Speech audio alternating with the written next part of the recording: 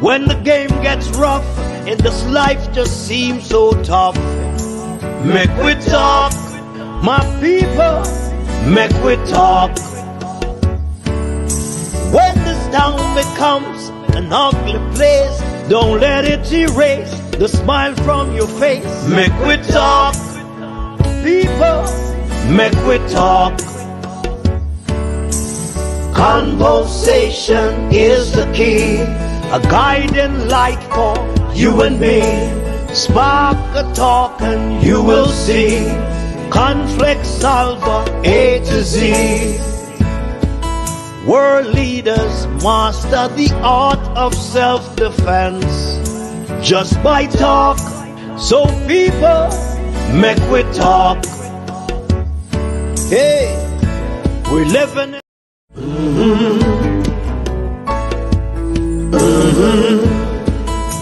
when the game gets rough and this life just seems so tough, Mek Wi Talk, my people, Mek Wi Talk. When this town becomes an ugly place, don't let it erase the smile from your face. Mek Wi Talk, people, Mek Wi Talk. Conversation is the key, a guiding light for you and me. Spark a talk and you will see. Conflict solver A to Z. World leaders master the art of self-defense just by talk. So people, Mek Wi Talk.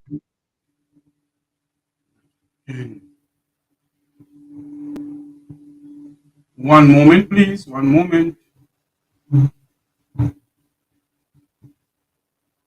One moment, please.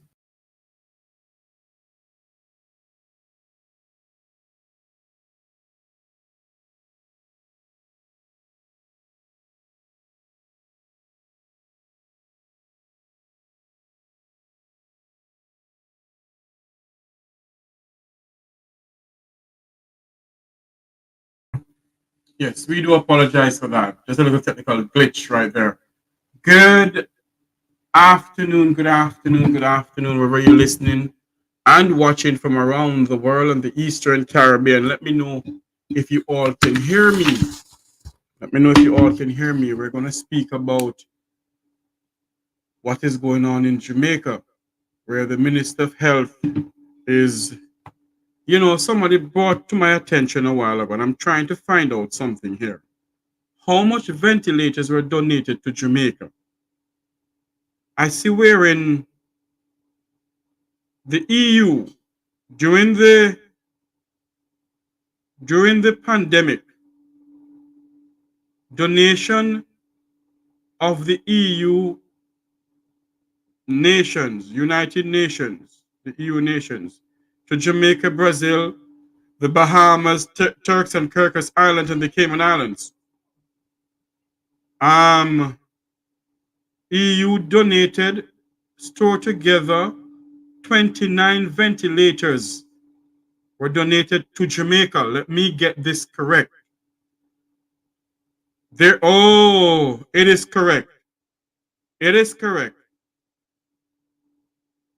The European Union and its member state today provided the government of Jamaica with 29 ventilators. 29. I was just doing something a while and it came to me. I should have researched this more. It came to me a while ago that the EU, our member countries, a friend of mine sent me something also about ventilators that was donated to Jamaica, and it prompted me to do a Google search. I wish I had my my producers here with me this morning to help me with this.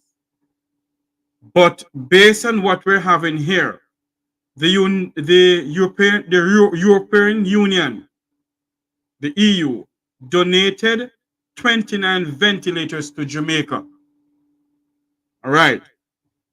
Listen to this. We're going to dig deeper in what we're going to talk about. $700 billion of taxpayers' money is unaccountable for in the Ministry of Health. $700 billion, you know. I hope the Minister of Health is watching this program. It would be lovely if he could call in like Damian Crawford did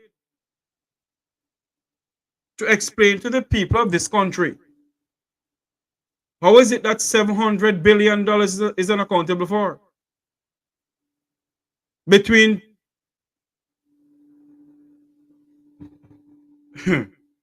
let me go into something else that I want to play. But all of you can listen to. Listen to this. Jamaican taxpayers and the parliament is still unable to ascertain how the Ministry of Health and Wellness spend almost $700 billion in public resources allocated to the ministry over a 10-year period.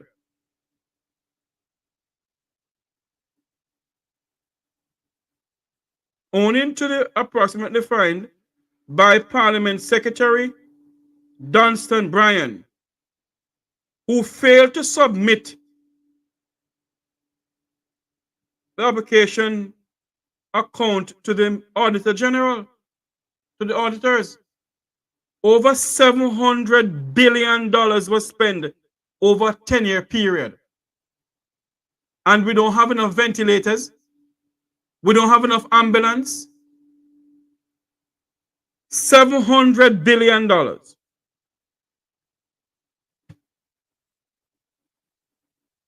Question arise after minister failed. Bangarang, another thing again. $1.7 trillion is unaccountable for. And the $1.7 trillion, you know, is different from this $700 billion, you know. The 1.7 trillion is different from the 700 billion. Anyway, let me get into the nitty-gritty of everything this morning. Welcome to the program. Sarah, welcome to the program this morning. For those who are watching from around the world in the Eastern Caribbean, this is the Mek Wi Talk program with yours truly, Jeffrey T. Good morning to everyone. Good morning. Wherever you are, good morning to you. Good morning. Lord have his mercy. Every turn me turn up here, news coming into my phone. Everywhere me turn is peer news coming into my phone. Hold on there. We're going to start with something here where the member of parliament for let me find this thing here before I say anything. Oh Lord, here it is. Yes. The member of parliament for North West St. Ann, the Jamaica Labour Party, Crystal Lee, is criticizing opposition spokesperson on health, Dr. Alfred Dawes, for what she said is his willingness to mislead the people of Jamaica about the state of the public health sector. What kind of mislead is he misleading the people of Jamaica? What they take us for a bunch of idiots? I want you to listen to this.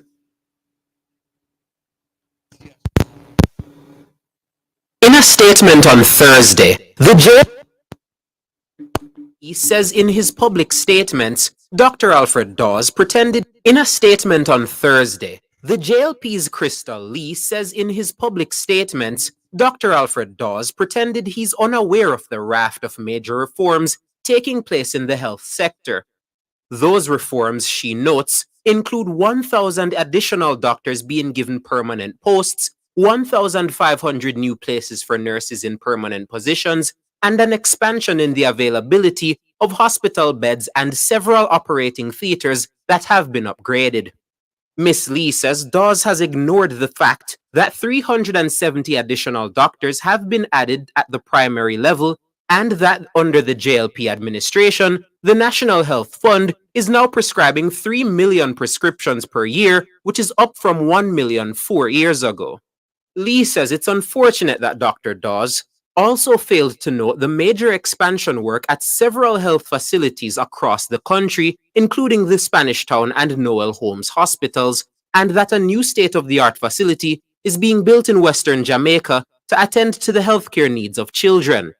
Lee says the PNP spokesman should be reminded of a damning statement he made in 2015 about the PNP's management of the health system. Dawes should not forget that things were so bad under his PNP administration in 2015 that he had to cry out about what he described as nothing being done to fix the poor state of the healthcare system. He complained about half of a soap being used as substitute for antibacterial solutions and garbage bags being used as protective gear, and that the PNP leadership of the sector was in the habit of shutting down criticism. Well, this government via Dr. Tufton has been transparent in its management of the ministry, and we have taken active and visible steps to fix the problems of resources allocation in terms of gears, equipment, human resources, and infrastructure work. The Northwest St. Anne Member of Parliament also described Dawes' criticism of the program for the reduction of child and maternal mortality, which he suggested has failed to deliver results. She says the sterling praise by the EU for the government's implementation of the program reduces the credibility of criticisms made by Dawes. This is a matter of public record and another indicator of Dr. Dawes' willingness to mislead in what appears to be his desperate bid for political traction. And you know what? This is an emerging trend in the PNP. Their spokespeople continue to make misleading statements in their desperate bid for political power with no accountability or no regard for what is accurate.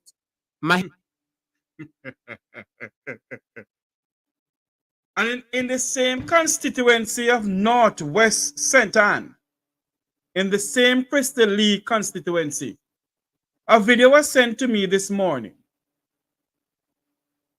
A video was sent to me this morning of the poor state of a health center.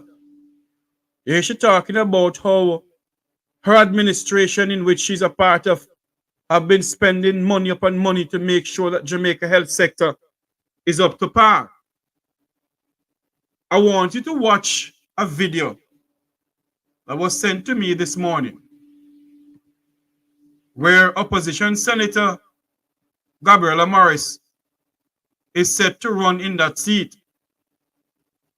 And I want you all to listen to this for me. Let me find it here. Hold on there. You hear what she's saying? Listen to this and watch this for me, please. I'm gonna make something clear. I'm not being political or partisan here. As I said before, the PNP go in there and talk with the shebang and talking about it too. But watch this. So I'm here at the Runaway Bay Health Clinic, and we've been observing the conditions here, and I have to say that I'm concerned. I'm concerned because I've seen a release from the Member of Parliament, Ms. Crystal Lee, speaking or rebutting claims made by our spokesperson on health, Dr. Dawes. And I find it interesting, even perturbing, that she would seek to make these assertions when a facility like this that is supposed to accommodate the people in Northwest St. Anne is in a condition that is woefully lacking. There are mothers who come here in the mornings and there's limited seating, so they're left to stand in the sun or in the rain. The condition inside, the roof is leaking. And when we look at the fact that for years land was handed over from the Ministry of Housing to the Ministry of Health under PNP administration, and for 8 years the government has refused to ensure that a new fit-for-purpose facility is built up there in Mount Edgecombe. The land is there and nothing is being done. I want to say to the Member of Parliament that before you go off to criticize and to take on other portfolios, I would love for you to focus your attention here in Northwest St. Anne, where we would want to see that facility not just be an idea but a reality that will benefit the people here. So MP, the ball is in your court. The people are demanding better health services here in Northwest St. Anne. Over to you. You hear she criticizing and telling the people of Jamaica how her administration is spending so much money. Her administration is spending money to uplift Jamaica's health sector. The question must be asked this morning: where has the $700 billion spent? Because the Gleaner is reporting that the Parliament of Jamaica, the exact word, let me see if I can find it again. The exact word is this: that taxpayers and the Parliament of Jamaica is trying to find out where $700 billion has been spent according to the Ministry of Health over a 10-year period. They can't present nothing to the auditors pertaining to it.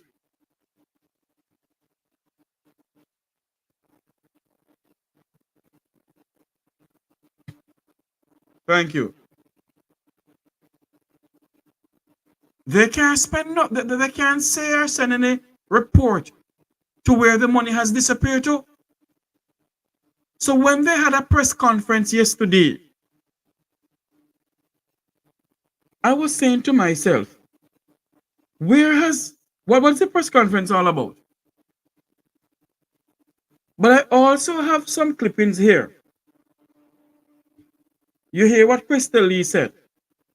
I want you to listen to what the Chief Medical Officer in the Ministry of Health said.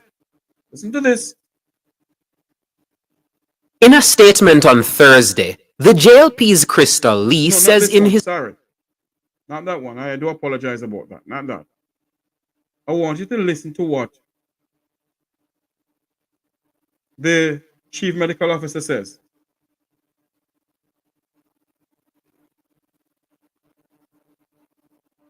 Let me find it here. What the Chief Medical Officer has been saying.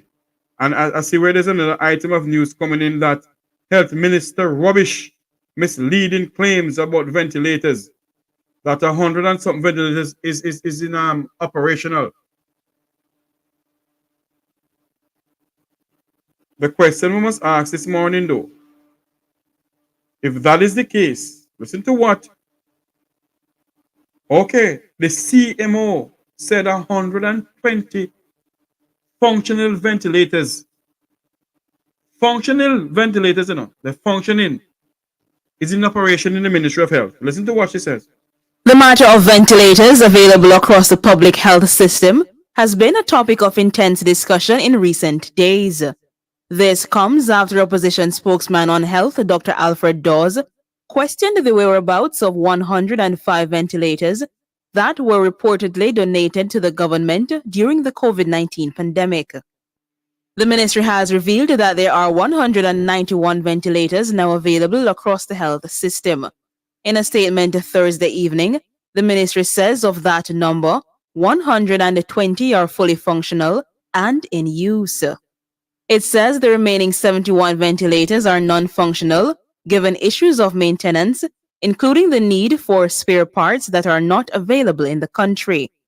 The detailed inventory of these sensitive machines that help a patient breathe when they are sick, injured, or sedated for an operation by the ministry is in response to a call by Dr. Dawes for an audit to establish the extent of working ventilators in the country.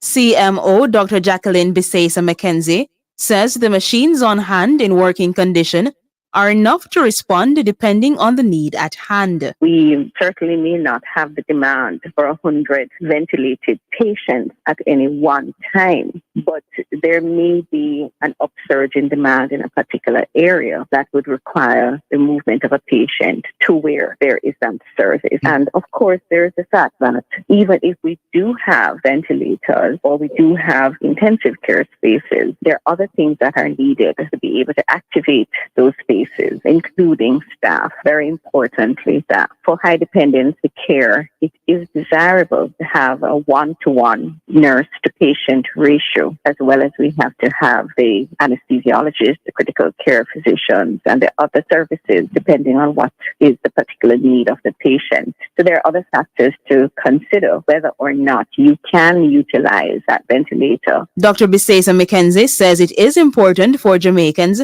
to note that there are various opportunities for critical care treatment. We try our best to prevent a patient from needing to be ventilated, because that in itself comes with problems that can occur later on. So there are other resources that are always there and management options that you try to optimize, because immediately that you call, there may not be all the things that are needed to activate an ICU space. But it's a matter of continued dialogue. Or hospitals that have a set number of ICU or HDU spaces, more often than not, they go beyond. Sometimes it is that we may not have one-to-one nursing. We may have one nurse that is monitoring 2 or 3 patients. So we do stretch ourselves to be able to accommodate the patient as much as possible. And the CMO also notes that the allocation of equipment and personnel for critical care is done on a needs-by-needs basis. Our system is really based on a referral, because we're not able to provide all the resources everywhere. For the system to work together, that is paramount for everybody to participate to make the system work. We have resources, and in some places, the resources are underutilized, but we have to be able to communicate effectively to get our patients to the source that they need to get to in order to get the care that they need. Shalois. Then tell me something now, Chief Medical Officer in the Ministry of Health, Dr. Jacqueline Bisesa McKenzie. You said that there's more than 100 ventilators are in operational in the public health sector. Can you explain to me then why this lady lose her baby? They have good staff. I won't say that they weren't doing their best, because they have done their best. And as I told the doctors there, I told them thanks, because they were there right throughout. Some of them did not get to sleep even for a second. And I know how rough it can be to work on a night shift with so much patience and still attending to one baby just to see that baby keep breathing. Mm-hmm. I think this hospital has a lot of ways that it can matriculate and get better in life. But without a ventilator, a lot more mothers are going to go through what I have been through. I watched my baby took his last breath at 10:17 yesterday, with all the doctors and seniors around him seeing how best they could help him just to. Mm-hmm.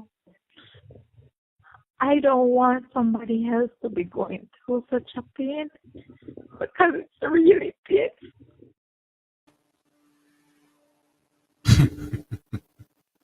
My heart bleeds for that lady who lost her baby. Listen to this to show you how these people are really taking us for a bunch of idiots. And Dr. Tufton, if I am saying something that's not right, sir, reach out to the Mek Wi Talk program, sir. You said, sir, the ministry has received, there are a total of 119 ventilators now available across the health sector.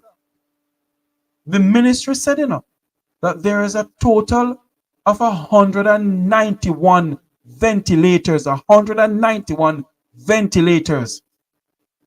available across the health sector. In a statement Thursday evening, the ministry say of that number, 120 are fully functional and in use.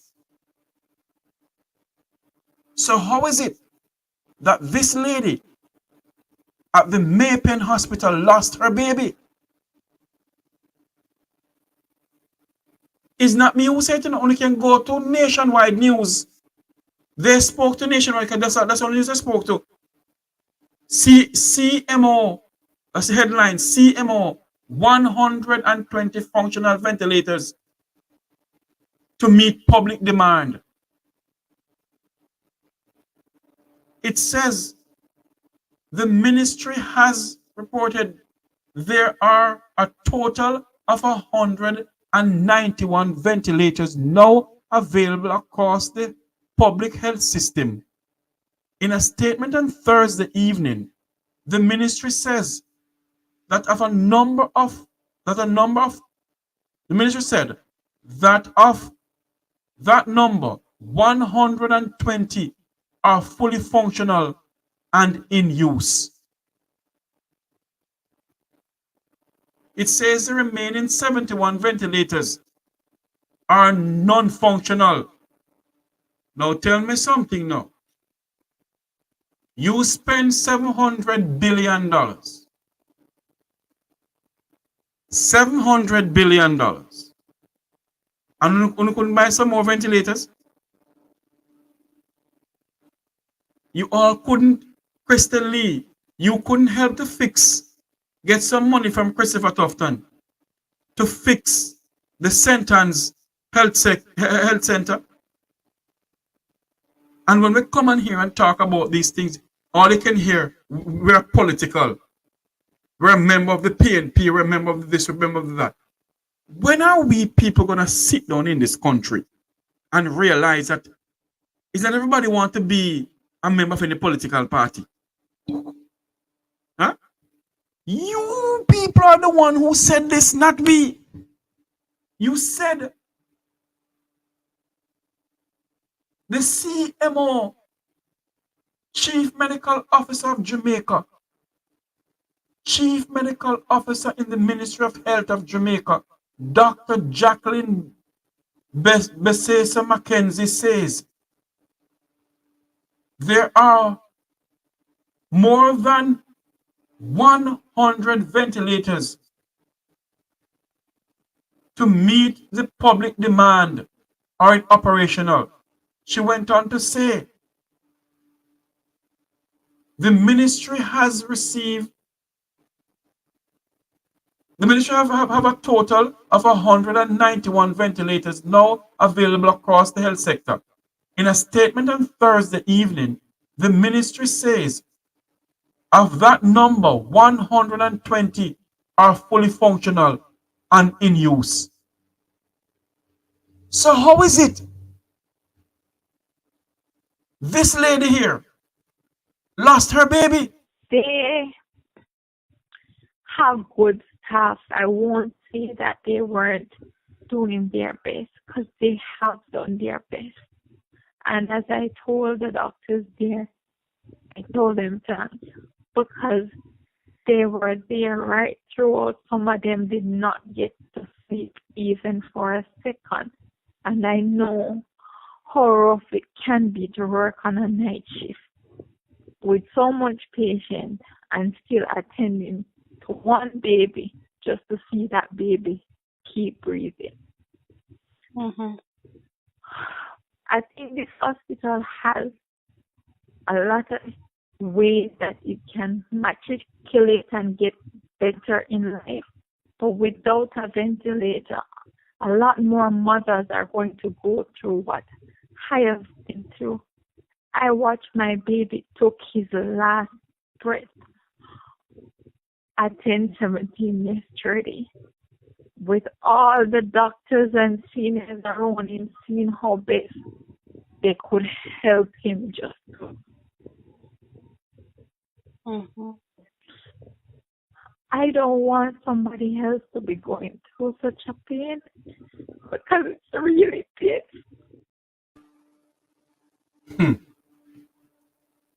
My God, have mercy upon us, Lord.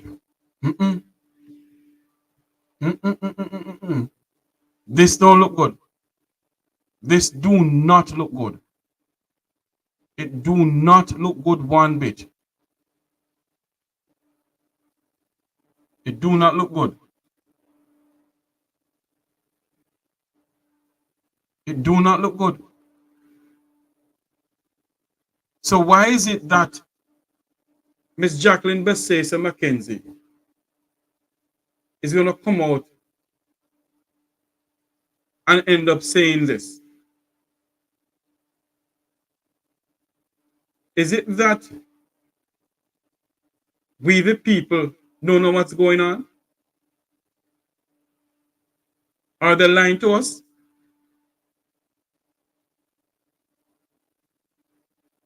Are they lying to us?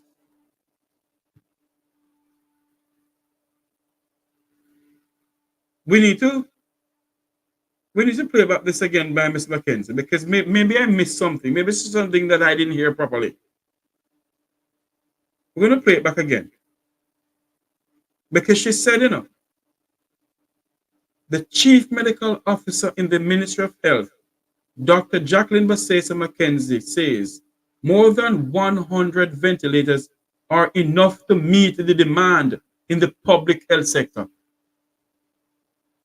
Chief Medical Officer in the Ministry of Health of Jamaica, Dr. Jacqueline Bassesa McKenzie, says more than 100 ventilators are enough to meet the demand in the public health sector. The matter of ventilators available across the public health system has been a topic of intense discussion in recent days. This comes after opposition spokesman on health, Dr. Alfred Dawes, questioned the whereabouts of 105 ventilators that were reportedly donated to the government during the COVID-19 pandemic. The ministry has revealed that there are 191 ventilators now available across the health system. In a statement Thursday evening, the ministry says of that number, 120 are fully functional and in use. It says the remaining 71 ventilators are non-functional, given issues of maintenance, including the need for spare parts that are not available in the country. The detailed inventory of these sensitive machines that help a patient breathe when they are sick, injured, or sedated for an operation by the ministry is in response to a call by Dr. Dawes for an audit to establish the extent of working ventilators in the country. CMO Dr. Jacqueline Bassesa McKenzie says the machines on hand in working condition are enough to respond depending on the need at hand. We certainly may not have the demand for 100 ventilated patients at any one time, but there may be an upsurge in demand in a particular area that would require the movement of a patient to where there is some service. And of course, there is the fact that even if we do have ventilators or we do have intensive care spaces, there are other things that are needed to be able to activate those spaces, including staff. Very importantly, that for high dependency care, it is desirable to have a one-to-one nurse-to-patient ratio, as well as we have to have the anesthesiologist, the critical care physicians, and the other services, depending on what is the particular need of the patient. So there are other factors to consider whether or not you can utilize that ventilator. Dr. Bassesa McKenzie says it is important for Jamaicans to note that there are various opportunities for critical care treatment. We try our best to prevent a patient from needing to be ventilated, because that in itself comes with problems that can occur later on. So there are other resources that are always there and management options that you try to optimize, because immediately that you call, there may not be all the things that are needed to activate an ICU space. But it's a matter of continued dialogue. Or hospitals that have a set number of ICU or HDU spaces, more often than not, they go beyond. Sometimes it is that we may not have one-to-one nursing. We may have one nurse that is monitoring 2 or 3 patients. So we do stretch ourselves to be able to accommodate the patient as much as possible. And the CMO also notes that the allocation of equipment and personnel for critical care It's done on a needs by needs basis. Our system is really based on a referral because we're not able to provide all the resources everywhere. For the system to work together, that is paramount for everybody to participate to make the system work. We have resources, and in some places, the resources are underutilized, but we have to be able to communicate effectively to get our patients to the source that they need to get to in order to get the care that they need. Shalois. You know something? I've worked in the medical field, not a doctor, but I worked in a hospital for many years in the Cayman Islands, where I was a part of decision making in the sense of buying equipment and so forth. I was in charge of the storeroom department of the Chrissy Tomlinson Memorial Hospital, now CTMH Doctors Hospital. And I remember when Dr. Tomlinson is buying stuff, don't get us wrong, you know, medical equipments are very expensive. Very expensive. And why I'm going on that road with you is this.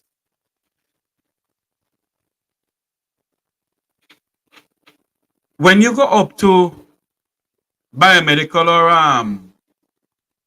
one of those medical facilities in Miami to buy stuff, I know for a fact that if you buy in bulk, it's a little cheaper. And the Jamaican government is going to buy, not from the Americans, but maybe from the Indians up in India, because they have medical supplies in India that's very cheap in India. I Googled the other night when Dr. Dawes was on the program for ventilators. It all depends on what ventilator you want. One ventilator costs 20,000 US. Another ventilator costs 55,000 US. All right? Now tell me something now. $700 billion of Jamaican taxpayers' money accountable for in the Ministry of Health. Unaccountable for it. Nobody knows where the money disappeared to. Because the person who's supposed to send in the paperwork to the auditors haven't sent it in as yet. So the government is trying to figure out, the department is trying to figure out where the money disappeared to. Out of that $700 billion, Jamaican, you don't think they could find $20,000? That's what? Nearly $1 million or something Jamaican dollars? Or 2 million something, I don't know. 55,000 US at the exchange rate of 150 something Jamaican dollars for the exchange rate. You're saying to me that they couldn't buy some more ventilators? Yet they're saying that they have enough ventilators to stretch right across the health sector. So why is it the lady lost her baby at the Maypen Hospital? Why is it the lady lost her baby at the Maypen Hospital because of no ventilator?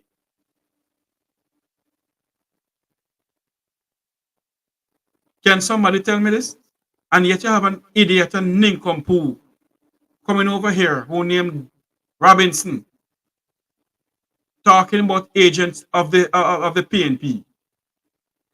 So you're saying to me that we mustn't speak about the $700 billion of taxpayers' money that is unaccountable for in the ministry.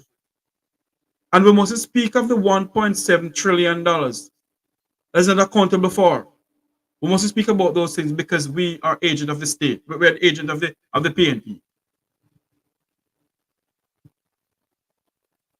Huh? A man who lost his life in St. Thomas at the Prince of Margaret Hospital because there was no ambulance, he drove himself, came back, went to do a CT scan, came back to the Prince of Margaret Hospital at 4 something. His wife called him at 8 something. No doctor haven't seen him. Nobody read the report. At 9 something, his wife called him back. The same thing. Nobody have seen him. No doctor has read the report. At 10 something, the man died. Huh?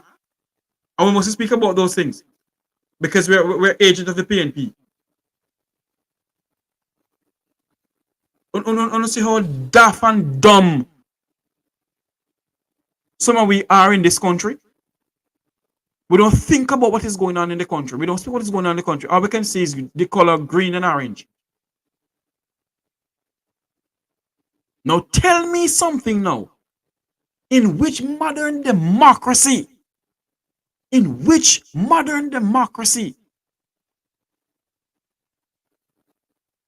can $700 billion that is allocated to the Ministry of Health cannot be accountable for?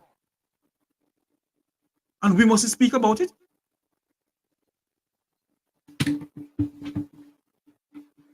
Huh? We must speak about it. Because if we speak about it, we're agent of the PNP. We must say nothing about it. $700 billion. Nobody know where the money disappeared to. Not a soul know where the money disappeared to. And we must say nothing about it.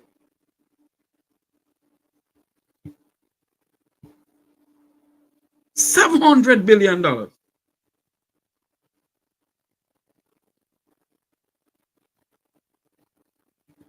$700 billion of taxpayers' money the Ministry of Health cannot account for. And a lady's baby in the Maypen hospital died because of no ventilator. And Jacqueline Basesa McKenzie, this is what they said in a statement.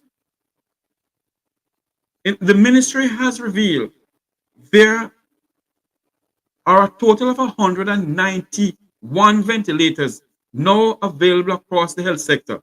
In a statement on Thursday evening, the ministry says that of that number, 120 is fully functional. Yet, a woman lost her baby at the Maypen Hospital because of no ventilator.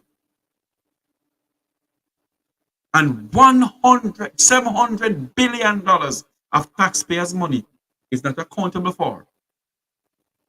A ventilator in the United States, when I Google it, it's for $20,000 US, and one is for $55,000 US. Depends on what type of ventilator you want.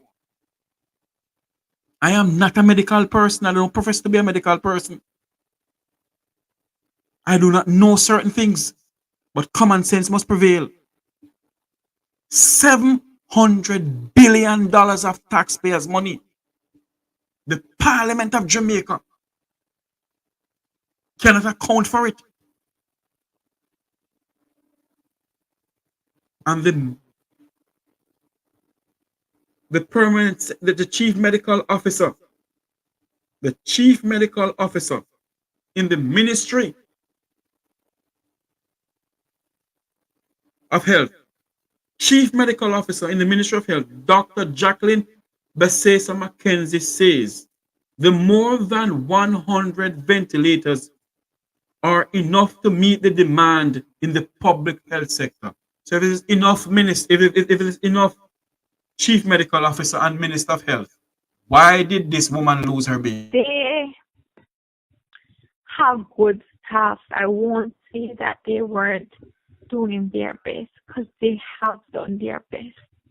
And as I told the doctors there, I told them thanks, because they were there right throughout. Some of them did not get to sleep even for a second.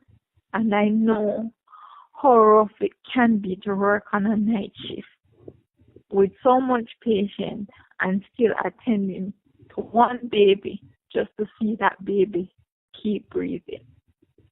Mm-hmm. I think this hospital has a lot of ways that it can matriculate and get better in life. But without a ventilator, a lot more mothers are going to go through what I have been through. I watched my baby took his last breath at 10:17 yesterday with all the doctors and seniors around him seeing how best they could help him just to. I don't want somebody else to be going through such a pain because it's really pain. You know what it's like? A mother and her baby has a bond. You carry that child for 9 months inside of you. Women know what I'm talking about. I'm not a woman. I don't know anything. But based on what you see your wife or your girlfriend or your sister or your auntie or your friend or your cousin go through, they have a bond. The mother and the baby have a bond. And when you see your baby take the last breath, the baby took the last breath. That's what the woman said, not me say it. The lady said she watched her baby take the last breath. All because the Mapen Hospital did not have a ventilator. Minister Tuftant, CMO Jacqueline Basesa Mackenzie.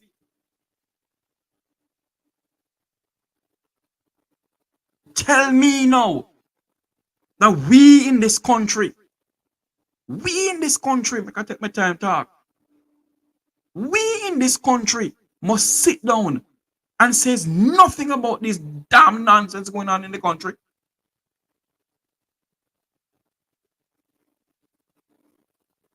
Huh?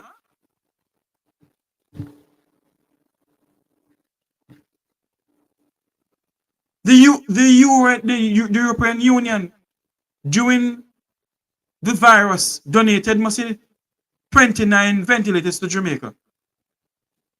Not to mention what other countries donated to Jamaica. And you're saying to me that we don't have the money, according to them, we don't have the parts are not available in Jamaica. So we can't go and buy the parts and carry in the country. There's nobody in Jamaica to fix those ventilators.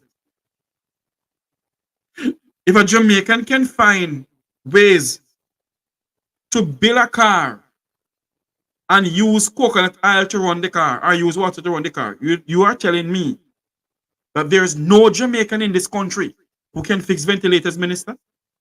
And you people couldn't find the resources to send overseas for the parts to fix the ventilators, Minister? But yet $700 billion was allocated to your ministry, Minister. And nobody knows where the money disappeared to. We can't account for it.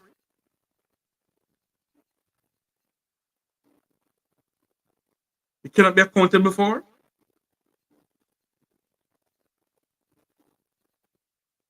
And Crystal Lee of the Jamaica Labour Party is saying that the opposition spokesperson on health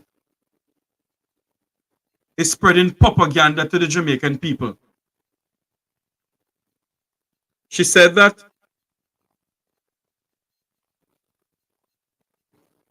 Member of Parliament for North West St. Ann, the Jamaica Labour Party, Crystal Lee, is criticizing opposition spokesperson on health, Dr. Alfred Dawes, for what she says is the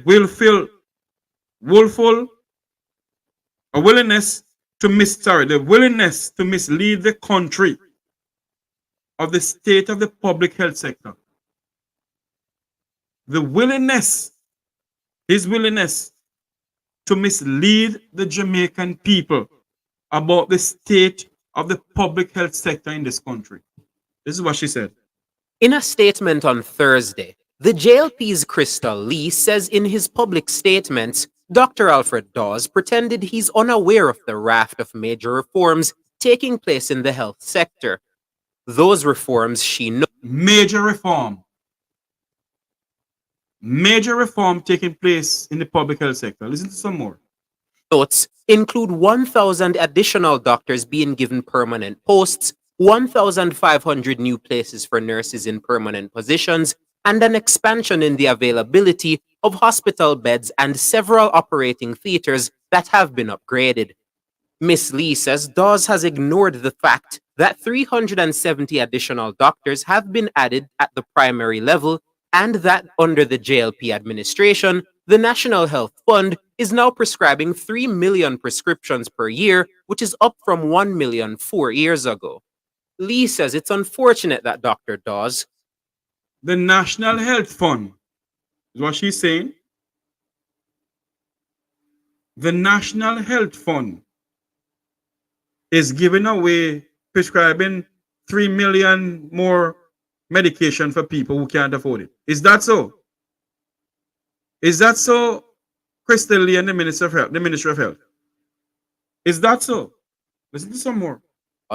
Also failed to note the major expansion work at several health facilities across the country, including the Spanish Town and Noel Holmes hospitals, and that a new state-of-the-art facility is being built in Western Jamaica to attend to the healthcare needs of children. Lee says the PNP spokesman should be reminded of a damning statement he made in 2015 about the PNP's management of the health system. Dawes should not forget that things were so bad under his PNP administration in 2015 that he had to cry out about what he described as nothing being done to fix the poor state of the healthcare system. He complained about half of a soap being used as substitute for antibacterial solutions and garbage bags being used as protective gear, and that the PNP leadership of the sector was in the habit of shutting down criticism. Well, this government via Dr. Tufton has been transparent in its management of the ministry, and we have taken active and visible steps to fix the problems of resources allocation in terms of gears, equipment, human resources, and infrastructure work.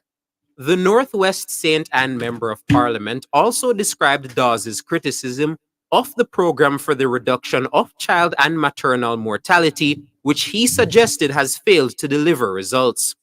She says the sterling praise by the EU for the government's implementation of the program reduces the credibility of criticisms made by Dawes. This is a matter of public record and another indicator of Dr. Dawes' willingness to mislead in what appears to be his desperate bid for political traction. And you know what? This is an emerging trend in the PNP. Their spokespeople continue to make misleading statements in their desperate bid for political power with no accountability or no regard for what is accurate. So tell me something now. If they are misleading the people of Jamaica, the lady who lost her baby because of no ventilator, she's misleading the people too.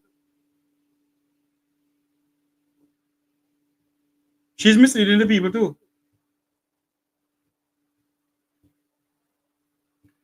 Huh? Is that so?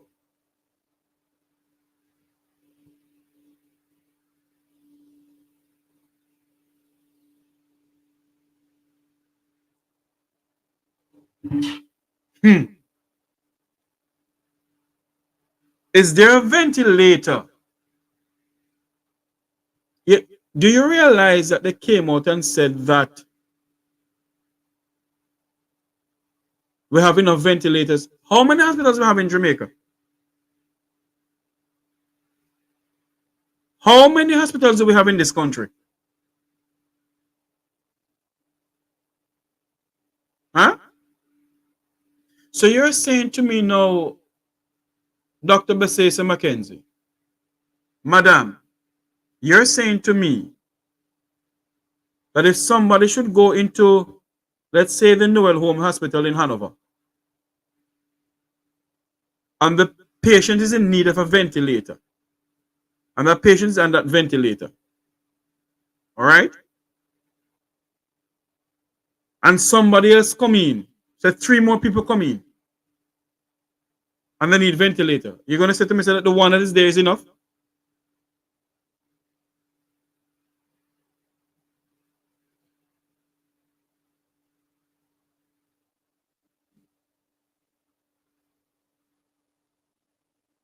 The one is there that is enough.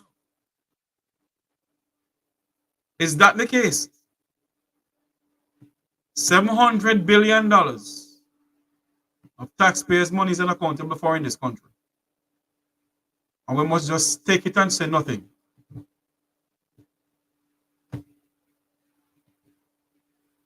We must not say anything about it because what?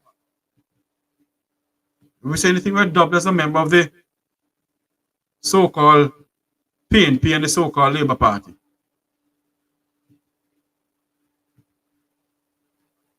Must you say a word about it?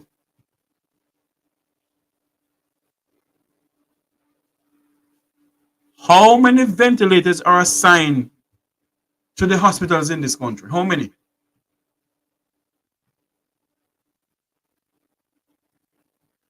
Those are the questions we must ask this morning.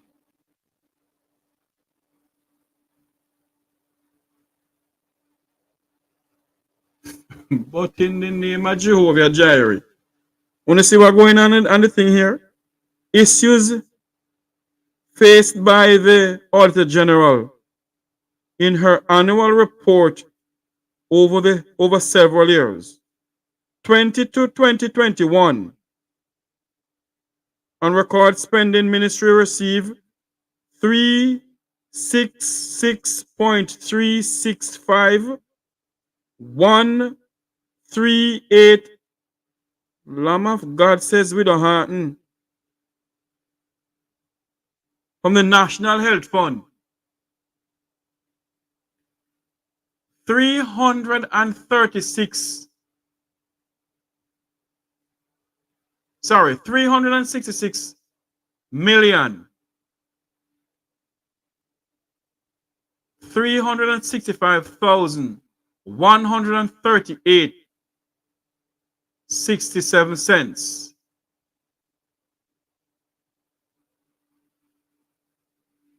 was allocated to the Ministry of the National Health Fund.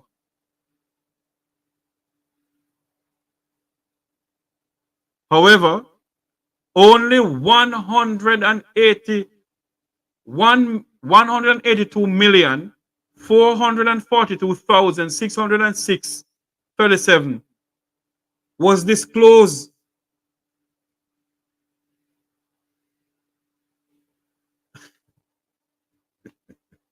Want to go check the Gleaner? Go to the Gleaner. The Gleaner have it inside there, and I'm gonna make it up. It's in the Gleaner. It's in the Gleaner.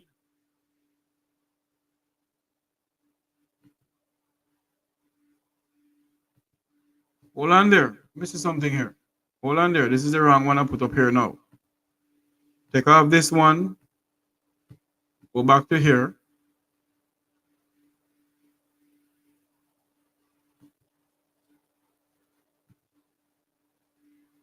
The Gleaner is reporting, not me. 2015 to 2016 overpayment. Hold on there. I have a call coming in.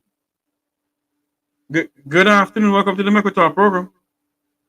Good afternoon, Mr. Jeffrey. I just got a chance to really look at your headings. I don't really kind of fully listening, but I see where the 700 billion you're talking about, right? Yes.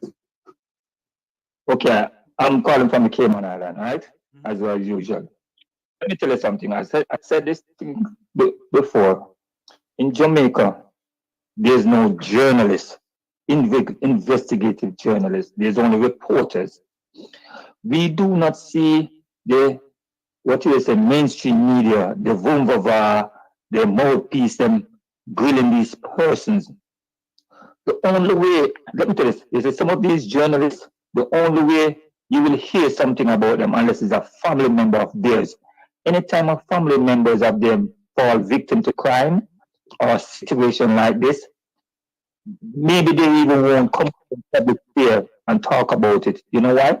Because of the organization that they are working with, they don't want to bring it down. So they hush hush. How can you say this minister is about PR now? Remember, no. It's about marketing, showing his face often 10, 15 times in the media and not realizing what he's doing now. And the public, the general public is so daft. I'm sorry to say, but I wonder if they realize what is happening. How can 700 billion missing are unaccounted for, and you don't have the systems in place in terms of the respiratory, the machines, all the bed, and all of these things, and you have a permanent secretary. It's like business as usual. What does that say in itself? It's like, look here, put aside the party colors, put aside green, orange, purple, blue, or whatever it is. Just because any one of, look here, when someone family goes to the hospital, it's not about green or orange. If someone family died because of the mishandling of the doctors or the infrastructure is not there, it's not about green or orange. It's the empathy, it's life you're talking about. And when the facility is not there, I know my sister died at the University of the Hospital. When she went in there this Saturday up to Thursday, she was still sitting in a wheelchair, not attended to. It wasn't surprise. That's why I tell myself that there's no way I can come to Jamaica and go to the medical health facilities. Some people do are fortunate thing. Trust me, it's a shame. And that will never change. It will never change because you have one man say, oh, and don't make promises and make commitment. But well, I'm not tell you, these people are blind until it reaches them doorstep. Notice when time something happened to one of them, you hear the social media come out. But I'm going to tell you something too, more pronounced. If it wasn't for social media, a lot of these things wouldn't be heard of now. Because the mainstream media is not highlighting. Even now, do you see the mainstream media, the cooks and those kind of people, them and all of these people, them coming out and asking, how can this be happening? You don't hear nobody about it. It's maybe talk show hosts like yourself and others. No, you see, when they come on, when they send out their propagandists, they would say, they come on and say that we're spreading propaganda news, not go so. The question that we need to ask though, is there a ventilator at the pediatric section of the hospital? Where is the That's ventilator? A good one. Where is the ventilator at the pediatric section of the hospital in Maypen? Of the Maypen Exactly, because you say you have 120, now you say you have 118, now you say 15% of them is not working. That may come down to about 90 with a 3 million people. Then, just like the toilet paper, and lady out the toilet paper, you go and say, toilet paper, they're not factory, this, they're not factory. And so you want to tell me, so, and you was in a severe accident, basically, we have a bandage over your face. When I look at you, you look so smooth and clean. So you see, these are all PR stunts now until the people them start to realize now. Because you're going to have the hardcore partisan side now, which is that. But look here, as a Bob Marley say, can fool some people some of the time, but you can't fool them all the time. But what I'm saying now, does these people sleep comfortable?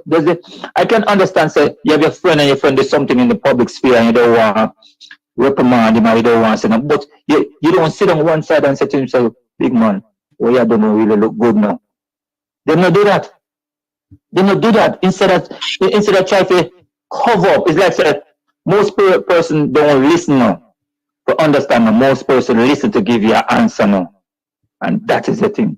That is the problem. So he just listen, the minister just listen to give a reaction, because if Dr. Dawes never come out with these things now, you know about even the maternal ward and antenatal and all these things now. You realize that. So you have to go dig and find and investigate. These journalists are not investigating, they are reporters. They are reporting what you say and then come back and regurgitate the same story. But it isn't because you're not part of the Vumba and all of these things. It now will be pressured. And that's where society is right now. Sorry to say. But have a blessed day, sir. Thank you very much, sir. Thank you. We're going to open up the phone lines. The number to call is 954-529-8030.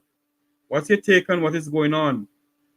A lady baby died at the Maypen Hospital because of the lack of a ventilator. And now you're hearing from both the minister and the chief medical officer that ventilators are available right across the health sector. Good afternoon. Welcome to the Mek Wi Talk program. Good afternoon, Mr. Tavares. Good afternoon, ma'am. I hope my call finds you well, sir. I'm doing well, ma'am. Looking and living like my good friend, the late Mutty Perkins. I know that's what you do every day, right? Yes, ma'am. Just a quick one though, because these figures are very frightening, and it's really time, you know, that Jamaicans really stand up. I've never seen Jamaica in this state where everybody's so quiet. And I heard the mouthpiece gentleman this morning saying that he must have spoken to some private medical persons and recognized that things are being misappropriated, and maybe what belongs to the government is maybe being used in their facilities. Something to the, I'm just reading into what he was saying. And then he's asking that Dr. Dawes look into those things. When Dr. Dawes is talking, those are the things that he's looking to. I tell you, see, that angered me so much because he has the information. Why doesn't he look into it? And that is what he's supposed to do at a radio station rather than spreading propaganda. Yes, I tell you something, ma'am. They will say that we are the one who's propaganda because they know everything about it. Listen to this. This is what the Auditor General faced in 2015 to 2016, overpayment of over 237,688,013 of salary was overspent. In 2017, overpayment of 6 employees overpaid in salary of $1,190,000. Jesus have mercy. In the Ministry of Health. In 2017 to 2018, fixed asset of $7,799,754 for 43 computers. Equipment missing. Across administrations. No, man. In the Ministry of Health alone. We're speaking about the Ministry of Health. Yeah, man, but I'm saying it's across administrations, PNP and JP administration. No. No? In the Ministry of Health of $700 billion missing. Unaccountable for. In the Ministry of Health. Yes. Missing. Unaccountable for. Yes. What is going on right now? If you go and check the Gleaner, ma'am. Google the go to the Gleaner and you will see it. It's time for people to start going to prison, you know. And that propaganda station, I don't know what it is good for, you know, because his cronies have shares, the politicians have shares in the company. He cannot be honest. Cannot be honest with the Jamaican people. I detest the man so much I don't even like to see him. Who you detest so much? The mouthpiece, JP, propagandist man. Okay. That man makes me sick, man. Every time that man opens his mouth, it's all green, he's spewing. He needs to behave himself, you know. We are tired of him too. And you know what? Let me leave the rest of it. I'm going to hope. But Mr. Jeffrey, just continue to blaze the fire. You're brethren? Oh, because sorry, I made a mistake. I made a mistake. Yes. In 2015 is $237,000, not million. Sorry, $207,000. Thanks for the correction. $207,000.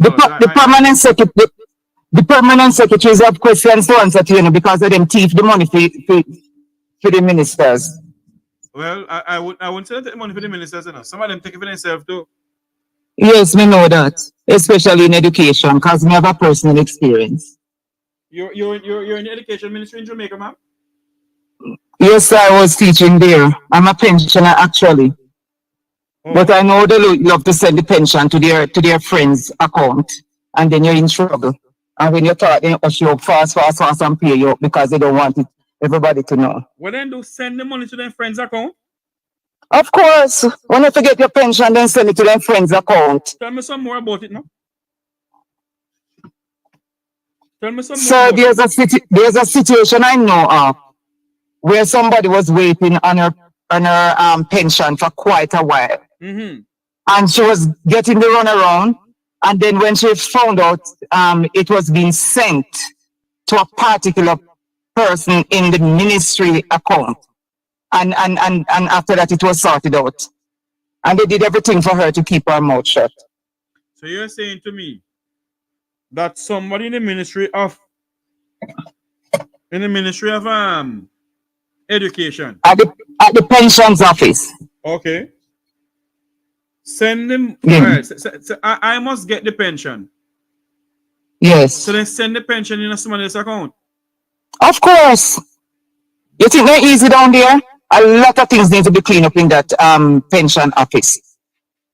You know, especially the Ministry of Education. I have been calling for an audit. I have been calling for an audit in the Ministry of Labor and Social Security. I've been calling for a forensic audit. And I hope that if the People's National Party should gain state power when Mr. Holness called the election, I hope that the People's National Party order a forensic audit in every single ministry in this country. They are going to have a lot of cleaning up to do. And I hope Mark Golden is listening, and that must be taken seriously because we are depending on him to do that. You can't go in and just start business as usual. You have to clean up the system, and the world has to know what you found and how you are going to fix it as well. Anyway, so just take care of your good up self and blessings to you. All right, ma'am. Thanks very much. All right, blessings. Bye-bye. Thank you. The numbers to call is 954-529-8030. What do you think about the $700 billion of taxpayers' money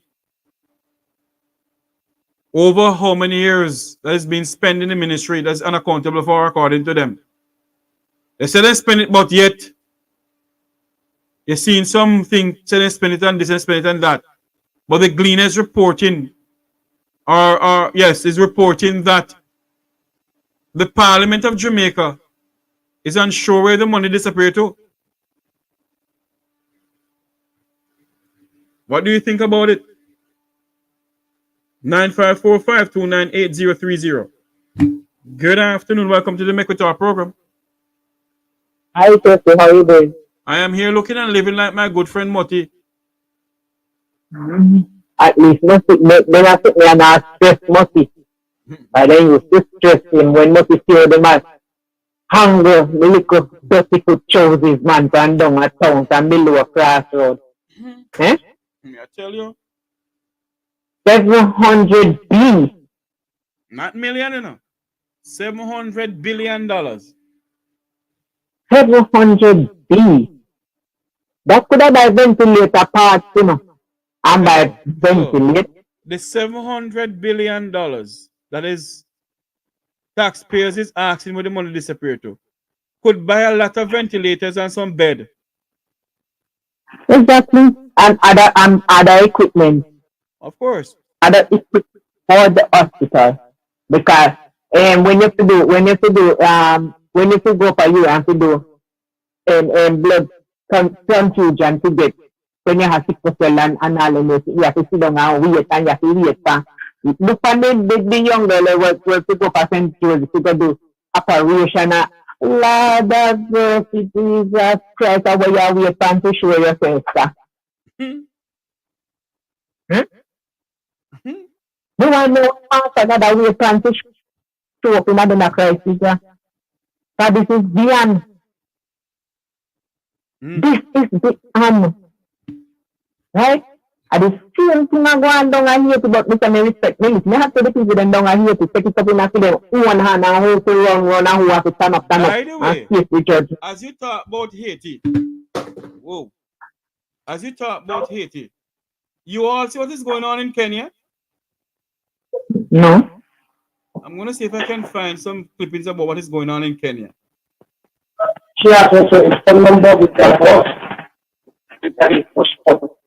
A lot of young people take to the streets in Kenya. Hello? Are you still there with us, ma'am? Yes, sir. I'm still here with you. So like you're talking now, remember you're live on air, you know? I just look here. No, sir. Let me answer my head. You can't make the whole thing get along, you know, because the Jamaican people just stand up for themselves too. Just let me answer my head. Anything can go through? All right, hold on there for me now. Hold on there. I think you hear some noise in the background. Hold on there for me. There is a live feed coming out of Kenya, where young people taken to the streets in Kenya, and what is going on in Kenya. Here it is. There you have it.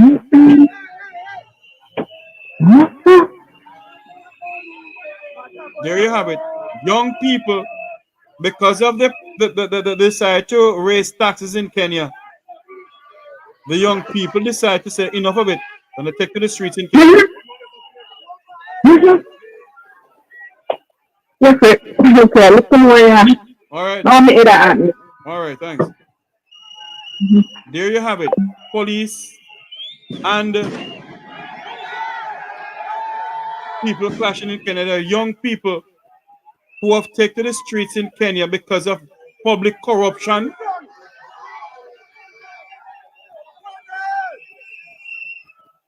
Because of public corruption, and the government decided to raise taxes on the people.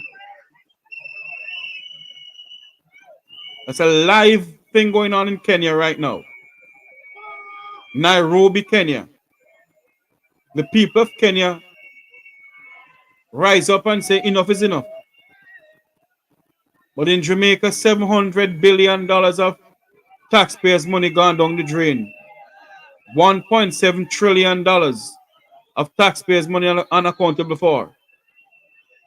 Nobody just take it as gospel and that's it. Nothing more. I am not promoting any violence or anything, you know. But this is what the people of Kenya decide to rise up and say enough is enough. What is going on?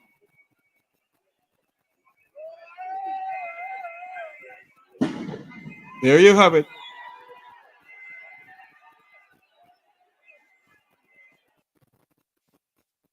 The numbers to call into the program is 954-529-8030. 954-529-8030. That's the numbers to call into the program. What is your views on the $700 billion that the Auditor General is saying that they need some more clarification on it? Good afternoon. Welcome to the Mek Wi Talk program. Good night. Good day, sir. How are you doing, sir? Not too bad, sir. But we just they are struggling, and I wonder when Jamaica people are going to realize to see what going on in the country and we just sit down, sir, and do everything. That's a very good question. That is for the PMP in a poor whole Jamaica much money that day. Pardon me? If the PMP in a power, the whole Jamaica much money hunger. To see what things that going on in the country. My God. One to church them, one to PSG, one to them, one to vice the country. Are you tell me one to the church, sir? I don't want to the church, The church, everybody sit down, like the government, but everybody. The church ain't quiet, sir. Not no go on the people. Pitting a dead national. And you can find some money we can account for.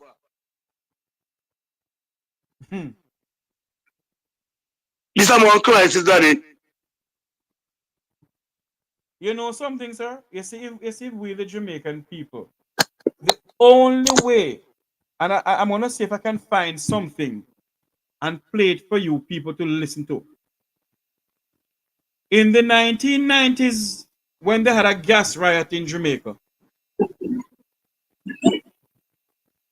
I found the clipping this morning. Let me see if I find it again. Lord, I did email it to myself, you know. Lord have mercy, where it is. I did send it to myself this morning. I'm gonna see if I can find it back again.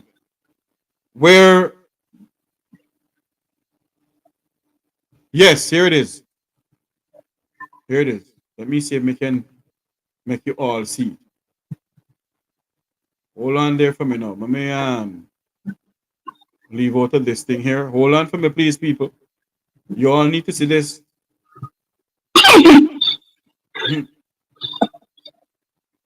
In the 1990s,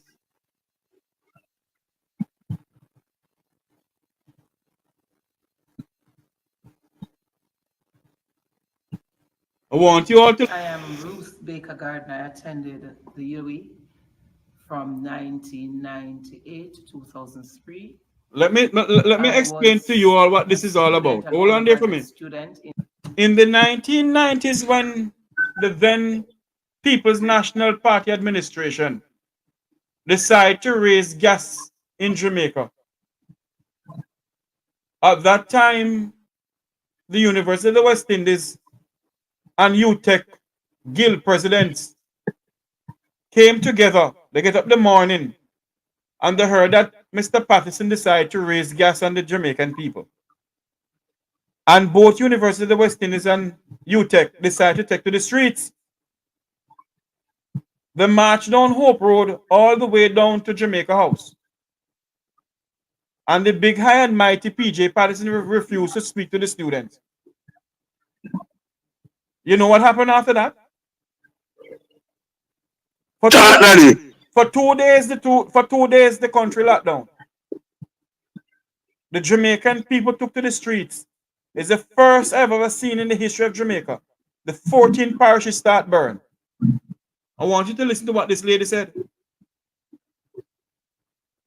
In 1999, when we had the gas riots that locked down Jamaica for 2 full days. US students were very much a part of that incident, that experience, that period, because it took the students of UE combined with those from UTEC, organized by the guilds of both universities, to march down to Jamaica House and to get the then Prime Minister to come out and meet with the public. Because after 2 days of lockdown, he was determined that he was not going to speak to Jamaica. And that set of students who were tear gas, beaten with batons by the police, caused a shift in the attitude of the then leader. And he met with them and the riots stopped after 2 days. Who was the then leader? He was PJ Patterson. And tell me a little bit more about the demonstration in terms of where it started, how many students approximately would have been involved. All right. The students from UE, mostly those students who lived on campus, because off-campus students couldn't come to UE because of all the roadblocks across the island. So those who were in halls gathered at UTEC gate with those who were at UTEC. I have no idea how many of them were there, but they were militant. They were shouting, they were marching, they were chanting, they had their placards. And together, those two groups walked all the way down to the Prime Minister's residence. Now, there were no vehicles on the road, so they just marched in the middle of the streets. They were very, very militant. What about you? No, I, at the time, was an off-campus student. I was on campus that day because I came for a test. As soon as I realized what was going on, my first and greatest need was to get home. That kind of was very frustrating because no vehicles were on the road, but eventually I did. So I was not a part of the protest, but I could hear them from the campus. I saw them line up from UE. I heard the shouts in Papine all the way from UE campus. And so I just made my way home. Who would have been the head of the guild at that stage? I clearly remember Kern Spencer was then doing his master's. I was doing my undergrad degree. He was very much actively involved in that. Okay. And do you remember what were some of the issues that people were out about and why people were so angry? No, Jamaica rose, got up, awakened to hear that gas prices had almost doubled and nobody was very happy. It was non-partisan, which I found very interesting, and it caught across the entire island in no time at all.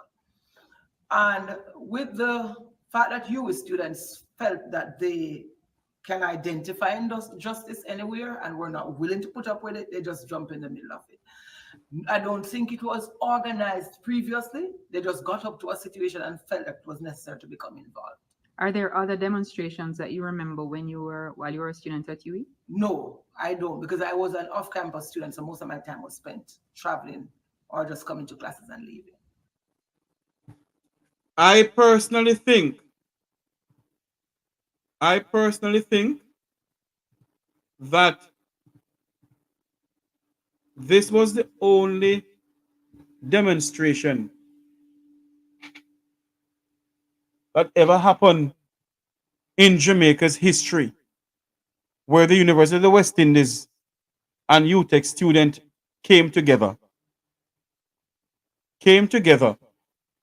and decide to say enough is enough. You heard what the lady said?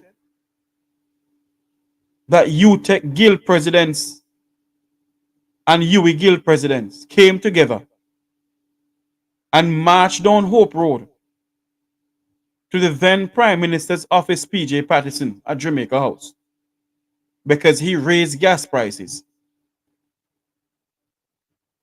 Would you ever see UTEC students now and University of the West Indies students march down to Jamaica House? No, because you know why?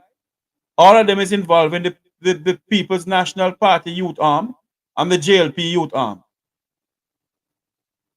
So they will not come together and demand accountability.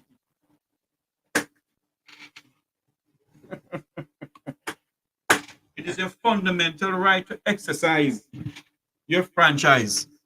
To vote or not to vote is also your fundamental right for freedom of assembly.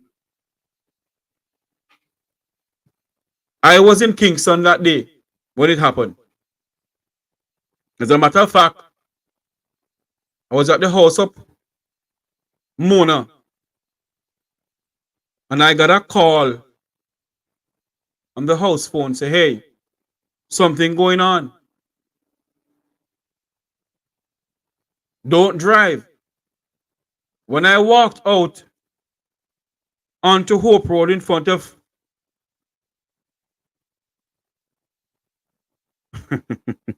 not Hope Road.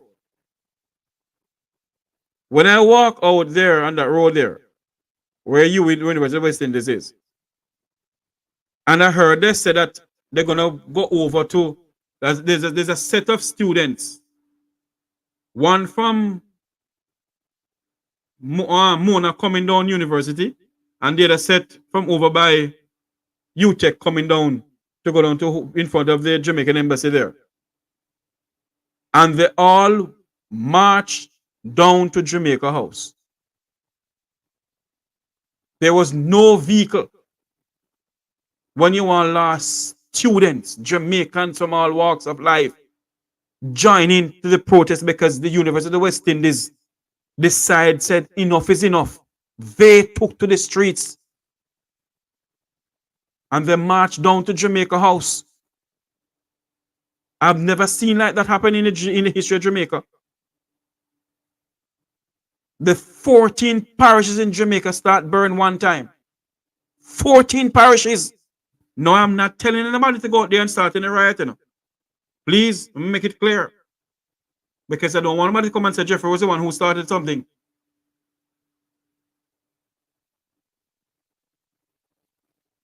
The students decide to march because gas price went up.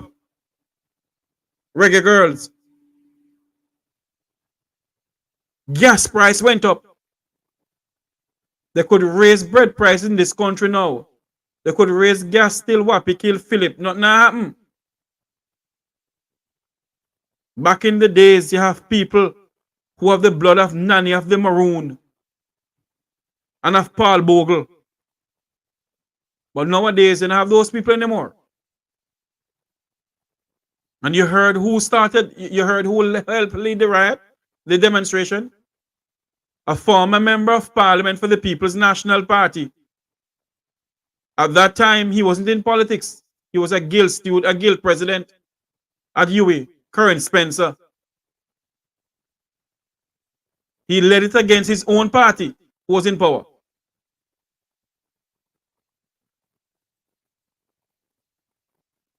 He led it against his own party, who was in power. Gas price went up in this country. And the people decide that enough is enough.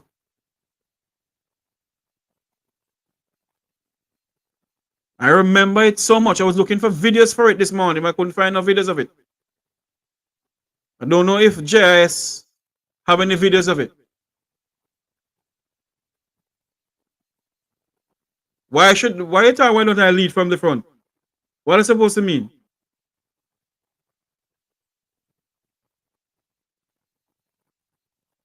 Yes. The people decided I had enough of what is going on, and they took to the streets. Just like what is going on in Kenya right now.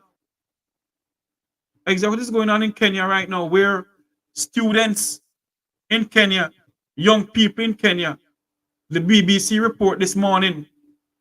Let me see if I can find it. The BBC report this morning that the young people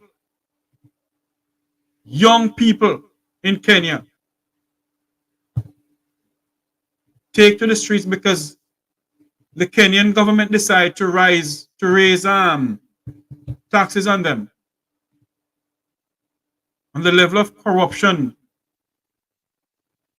and the level of nepotism that is going on.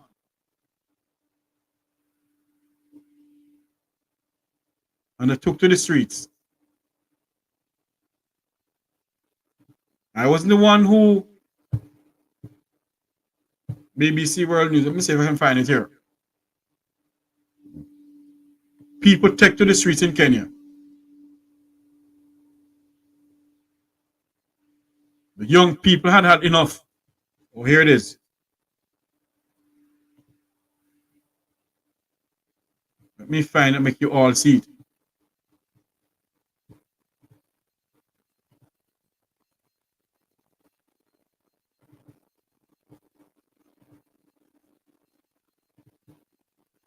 In Kenya, where the security forces have clashed with hundreds of protesters opposed to tax hikes put forward by the government. Riot police, some on horseback, have been deployed in the capital, Nairobi, and have fired tear gas in an effort to disperse the demonstrators. The Parliament buildings have been cordoned off ahead of the vote by MPs on the controversial finance bill later today. Many fear the tax cuts will worsen a cost of living crisis. Protests are also taking place in the Indian Ocean port of Mombasa and other cities. More than 300 people were arrested earlier this week following similar demonstrations. A little earlier, I spoke to our senior Africa correspondent, Anne Soy. I'm just standing outside Parliament where that debate has been going on this controversial finance bill. I can hear tear gas being lobbed in all directions. The young people have come out in large numbers. They have gone to different streets and the police are trying to keep them away from here. This is the ultimate goal. They want to come here and occupy Parliament, but they're not being allowed to do that. You can see the cordon here. And they're saying that they want the bill that is being debated in Parliament to be rejected in its entirety. They disagree with many of the clauses there. On Tuesday, the government announced that it was announced concessions on a number of the controversial clauses, including 16% value-added tax on bread, motor vehicle levies, and other taxes. But they say that is not enough. And that's the message that they're trying to pass here. They have been mobilizing and reaching out to them MPs, asking them to reject the finance bill. So that debate is going on here. They don't have a lot of time for that because they were hoping that they would pass this bill by next week so that come July, they'll have a law in place to be able to spend, to carry out government spending. So today, the protests are more widespread across the city and in different towns across the country, including the president's own hometown of Eldoret in Western Kenya. Yeah, and it's a good point, that, isn't it? Although we're looking at the demonstrations, we're just seeing water cannons being used actually against demonstrators, but these are not just solely in Nairobi, they are elsewhere. That's right. They're in different towns across the country. Yesterday, they were in the coastal city of Mombasa. And really, what is different about these protests is that it is young people in their 20s. I have, spoken to some teenagers who have come out, and they are so educated about tax issues, and they are debating this, and they're saying, we don't want this, we don't want this. And they're saying that, they have to be heard by government. This is not led by politicians. In fact, they have asked politicians to stay away and come to Parliament to debate those issues and shoot it down before Parliament. And therefore, this is something new in the country. They have been mobilizing on social media, on TikTok and Twitter and other platforms. And they're saying that they will not back down. And that was our Africa correspondent, Anne Soy, talking to me in the last hour. Wow. They will not back down. They will not back down. In Jamaica, this is what happened in this country. This lady crying for... They have good staff. I won't say that they weren't doing their best, because they have done their best. And as I told the doctors there, I told them thanks, because they were there right throughout. Some of them did not get to sleep even for a second. And I know how rough it can be to work on a night shift with so much patience and still attending to one baby just to see that baby keep breathing. Mm-hmm. I think this hospital has a lot of ways that it can matriculate and get better in life. But without a ventilator, a lot more mothers are going to go through what I have been through. I watched my baby took his last breath at 10:17 yesterday, with all the doctors and seniors around him seeing how best they could help him just. Mm-hmm. I don't want somebody else to be going through such a pain, because it's really pain. When you listen to that woman cry for her baby, all because there was no ventilator. And now this morning you get up, you hear how much ventilators across the public health sector. I know somebody was calling me a while ago. You can call back. The numbers are 954-529-8030. I wasn't ignoring your call at all, my good friend. Call back the number 954-529-8030. That's the number to call to the program. Let me see. You know what? Should I call him back?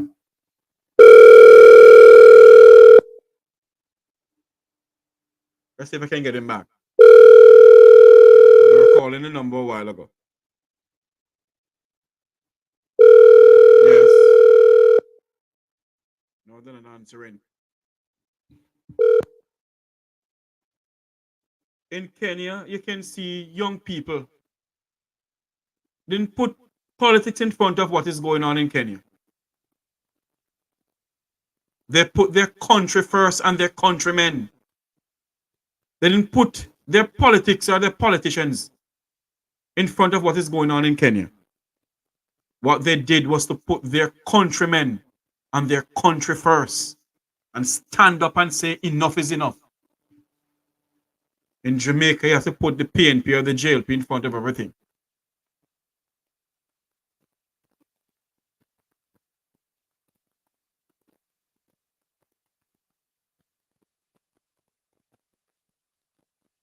Huh? Luke is okay, you know. I think he's a bit busy soon.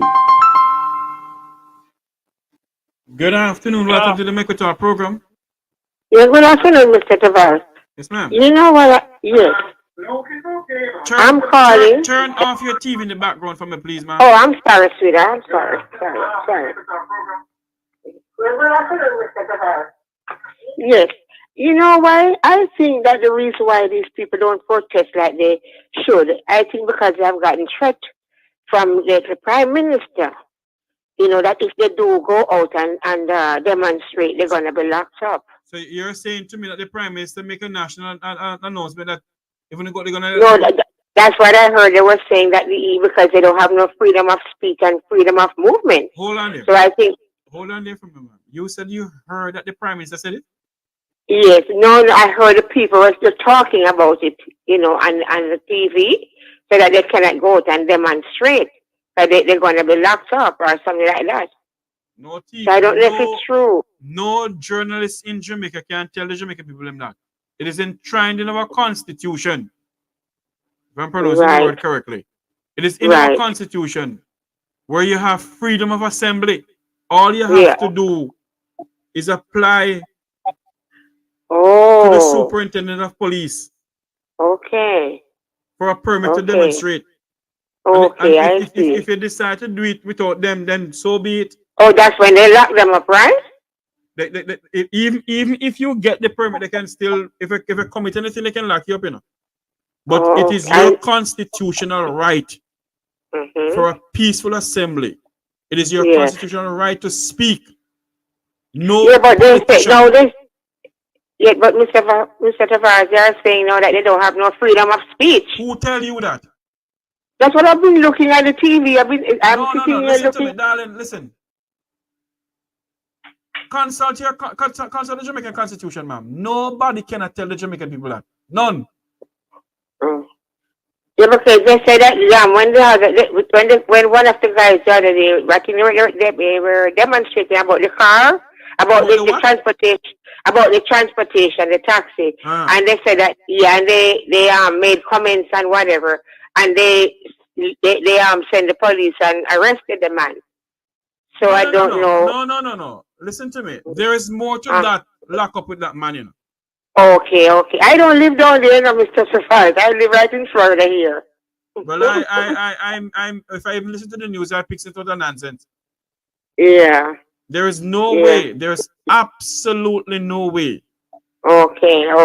That can ever happen. I'm not saying they can't do something, But what I'm saying, it is in our constitution where you have the right for peaceful assembly. Right. You have freedom of speech. Yes. So when the taxi man went out and said that Andrew must whatever, there is more to that. Okay. I get you. Yeah, I think the paper should get up. They should rise up and do something though, because it's getting out of hand with them down there. It's going too far now. It's going too far. It's too much. Yeah. Going too far. Jamaicans now got turn up. Yeah. Mr. Tavares, me have one house down there. And believe you me, it's my godson, and I'm scared to even go down there. Believe you me. Because I think it's right. When I was going to work, and the policeman, he told the policeman that I was way over the other side, and I was way to the back. Then how could you clock me? Why didn't you clock the one to the front? And you should hear how the policeman were going on. So these are the things I'm saying. It's gone too far. Too far. Okay. That's my point, Mr. Tavares. Jamaica is gone. I hope can come back, though. I hope so. Yeah. Okay, Mr. Tavares. You have a blessed day now, okay? Same to you, ma'am. Thanks for calling. Okay, dear. Thank you. Bye. If you're just joining us on the other side of the screen, we're seeing a live feed from Nairobi, Kenya, where Kenyans have taken to the streets against the high level of taxation by their government, where they say young people themselves has been taken to the streets and they're clashing with police and so forth. Let's get some audio from here. Not fair. This is not fair. You know me, this is my youth. You know me.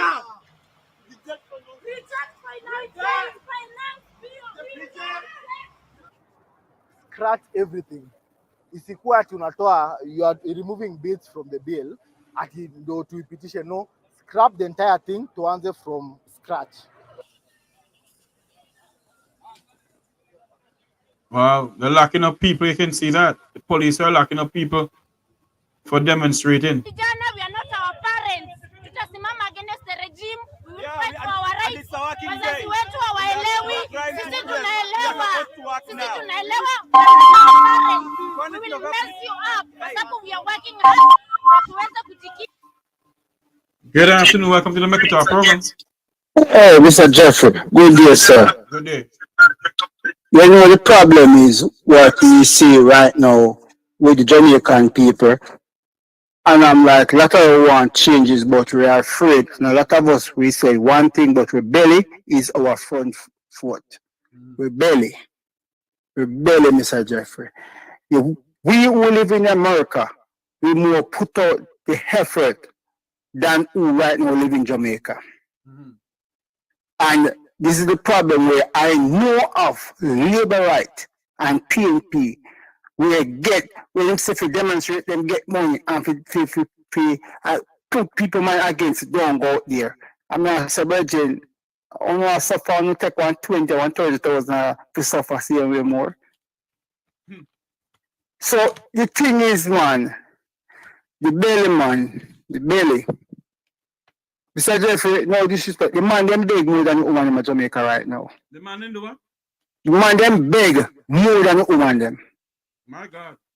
The man them beg more than the woman them. I grew up in the, we are 54. I grew up, we left high school in the 80s. I learned that man can lead, but now man a follow in Jamaica. So this is something that will change because man a follow. And those you as a man with your intelligence, do your research and say, the woman them gonna lead at Jamaica, the man them just stay back. And the woman them a lead now.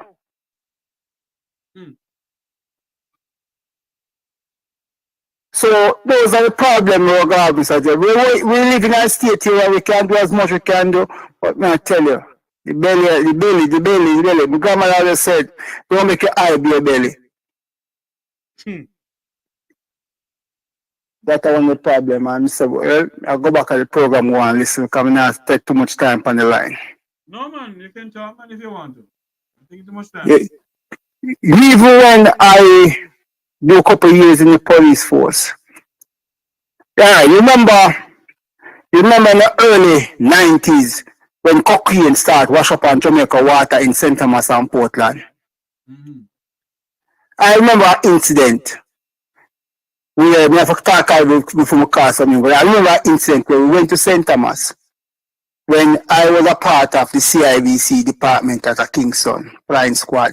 You remember Central was the flying squad and was on a bigger Ford supervision. We went to St. Thomas and we get couple key of coke. And when we come back from St. Thomas, was soldier who stopped out of Rockford roadblock. And a famous PNP man called my superior up on the phone and said, you always anger them to the soldier because of my coke. I beg your pardon? Me say a PNP leader call Bigger Ford. Hold on for me, sir. Hold on for me. I have no proof to what you're saying, you know, so we have to be very careful what we say on this program here now. Diego, I'll say to you, PNP. Hold on for me, sir. You hold a minute for me now. The views that you're expressing on this program here are not necessarily the views of the Mek Wi Talk program. You're saying something to us, sir, that we have no proof to, sir. As I said to you again, this is far than what we in America do. When we know we are going to the land yard. You hear me? It is far than what we think it is. Everything, everybody from the both sides of pocket and them belly. You hear me? I grew up on a Jamaican labor regime and I would never mark an ex labor right. But I'm telling you, PNP are innocent. We do 9.5 years the government. PNP are innocent neither. You know something to me. You know something, sir? I'm telling you something. You see me? I think that is why people don't really like me that much, you know. Because you see me, I'm very plain and straightforward. I am not a member of any political party. I am a Jamaican citizen. And as far as I'm concerned, we have been swapping black dog for monkey in this country from 1962, PNP, JLP, JLP, PNP, PNP, JLP, JLP, PNP. And in my honest opinion, none of them have done anything to help the people of this country. Not one single one. No. And all right, me give you an incident. I went to Jamaica last year, May. But I went before, but my incident was doing last year. I was in downtown with a couple of my colleagues, and I said, that was a Chinese man I have so much knock off goods and nobody not touch him. Here when I'm out there acting police officer said to me, no man, you can't get touched. This is one I pay for him dues every month. No. The man them said to me, this man I can't get touched because the man pay for him dues every month. And that is why the Chinese can disrespect the Jamaican people who are working for them. That's what one. Mr. Jeffrey, that's what one, Mr. Jeffrey. So some people call and them a lie through the back of my teeth. Mr. Jeffrey, they know what going down here. So need the hotel industry, I can't tell you what going. The people in the hotel industry were at the union, the hotel just give them every 2 weeks and get a food package. I want 20 grand I want of food, I want 30 grand of food, and then just go and just cut the work of them throat. And these things we are going them belly. The union leader, the hotel buyer, the union leaders, for the hotel workers, them now have no talk neither. Every month, every 2 weeks, the union and them supervisor get them full package. Let me ask you a question here. Let I say something. Everybody's asking about the UIC. And no one can tell me if the UIC put up any candidate for the local government election. The UIC has been in existence for many years. Never put up hold on one. for me, sir. Have the UIC put up its slate of candidates for the next general election that we, the Jamaican people, can see who they are? You never see that. And you will never. We lump some talk a thing that where people take it for granted. Where him said the biggest drug dealer them are the people in the parliament and the head of department. And so said, so done. The more they go on them everything are the bigger heads them. The local man can't pull off things at war. Me set me ship off continent to war. I'm go Jamaica. Me have to go through. I have to go through other man when he even work a war. I have to go through him to get certain discount. Before I go off, and him don't even there off, he just take up the phone and say, all right, this man here come take care of him. And that man don't even work a off. Me prove a thing to a friend of mine down the one day, I go off to contact this man. And when them charge me 100,000, I call him and say, yo, man, say, well, if you call, go there and call me, man, say, all right, give me 5 minutes. And the man come and call back and say, give me your papers. And for 100,000 charge me, then go walk out with $30,000. So me have to show you the level of how the country are run. Level of corruption stinks, sir. Bad man. The Jamaica concept, I don't know what the military, Jamaica concept, any woman will come in the Jamaica concept before and she look good. Even worse of shape. She have a grind inspector, she have a drive this. Listen. Hold on, no, you listen to me now. There are certain words you have to be careful you use. And sorry my language. Any female will come in the Jamaica Constable Force and graduate from Tweet and Pa, she have to pass through the hands of higher ranks. If not, she a hell for her in the force. A hell for her in the force. So, if they come from all anger, the PNP and the GLP and the private. So you think so when the PNP win, I live like alone go to prison. I won't have PNP for go to prison too. Because when mouth start talk, a lot of people for go run and can't run. And on one side, and on two sides, don't tell the who is the independent, who all of them. People just start the truth and keep it real, Mr. Jeffrey. All right, my friend. Thanks for calling in. Yeah, man. All right, Mr. Jeffrey. Cool. On the other side of your screen, you can see that the other side of your television or wherever you're watching, you can see a live feed from Kenya, Nairobi, Kenya, where Kenyans have taken to the streets against the level of corruption and the high taxation by their government. Young people in Kenya have taken to the streets. Wow. We're not going to stay too long on this program here, but what we're talking about is $700 billion of Jamaican taxpayers' money unaccounted for in the Ministry of Health. They talk that we have so much ventilators, but yet a baby died at the Maypen Hospital without a ventilator. Lack of ventilator. Before we go, we're gonna go back to some audio clipping here, where oh Lord, what is this?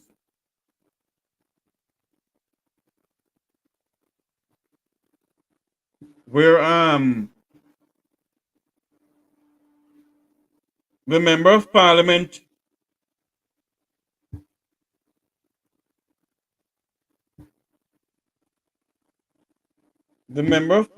for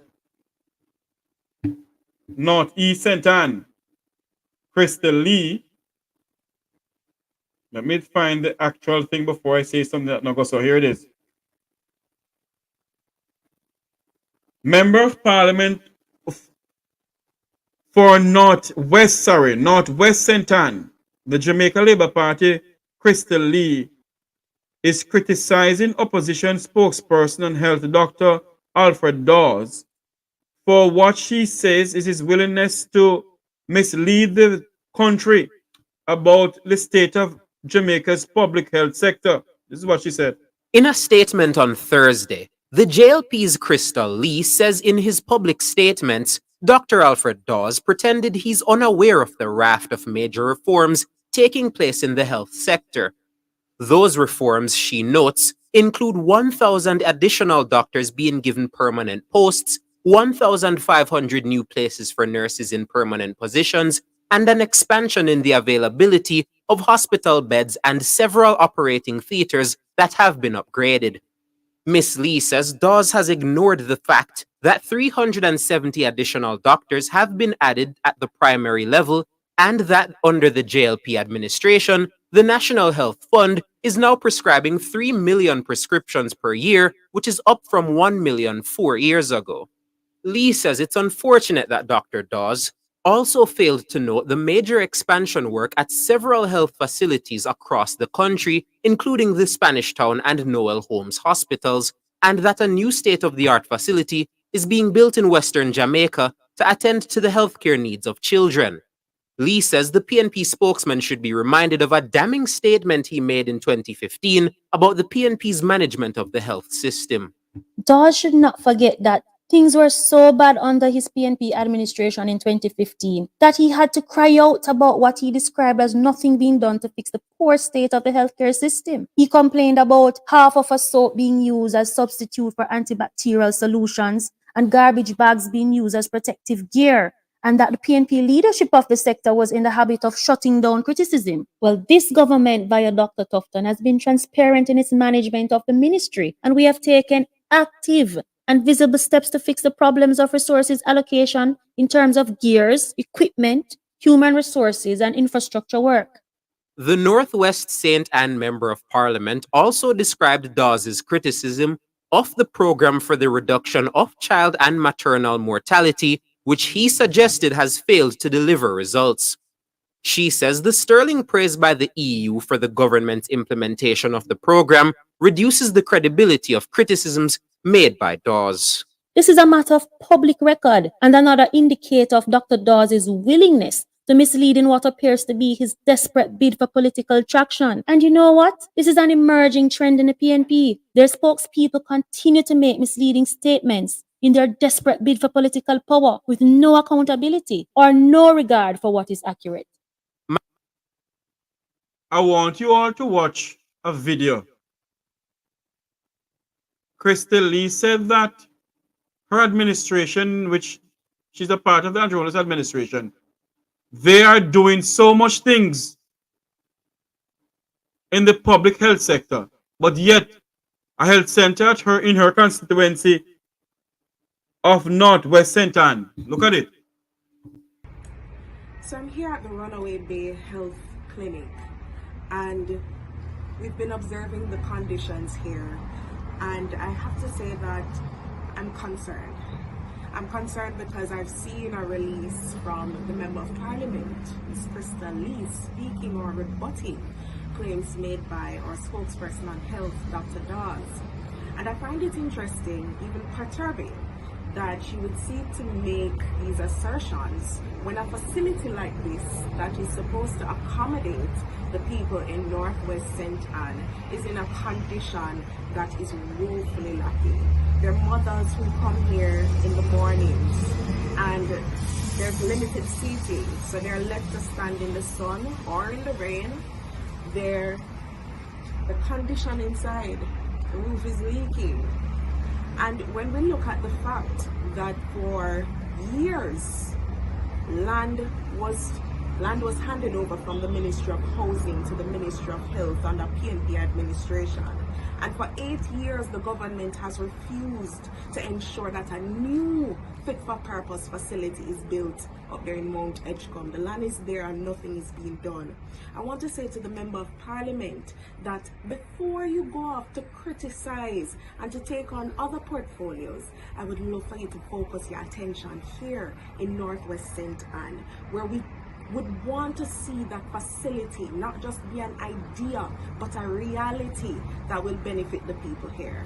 So MP, the ball is in your court. The people are demanding better health services here in Northwest St. Anne. Over to you.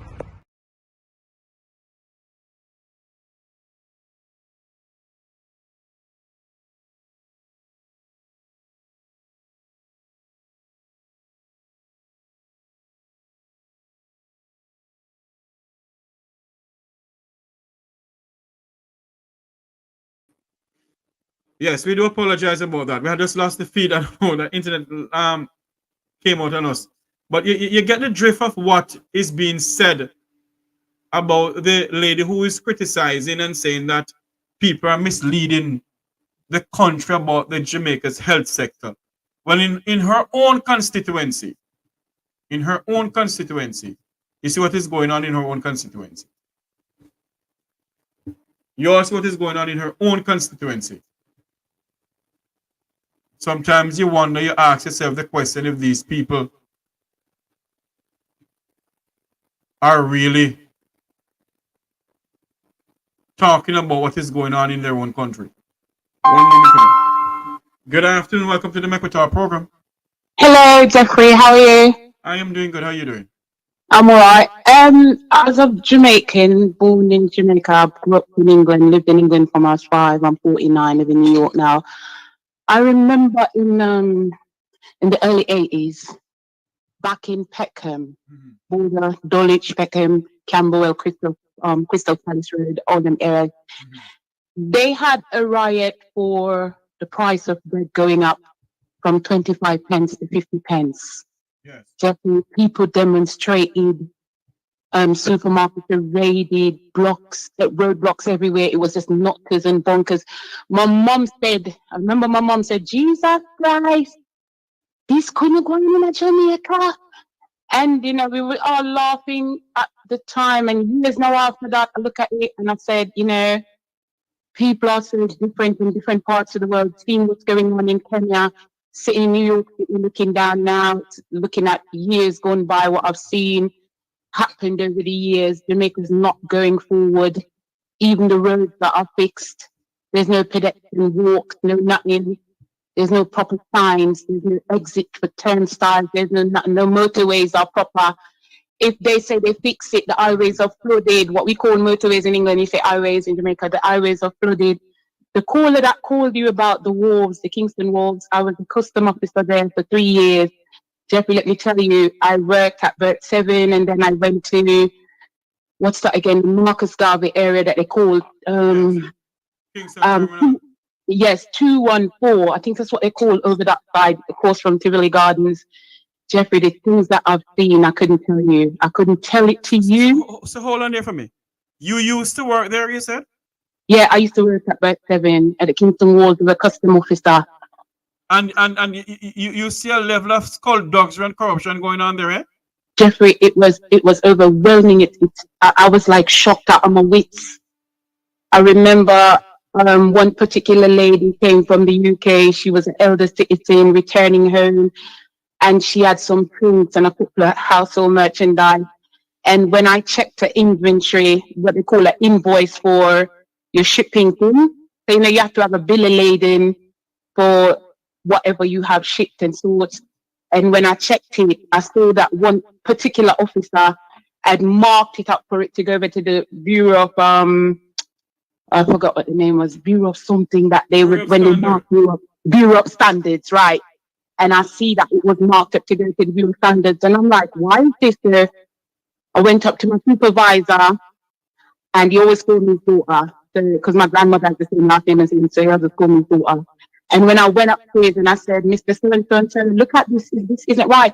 You know, he marked her up for 100,000 Jamaican at the time. And when I showed it to my supervisor, he said, this is preposterous.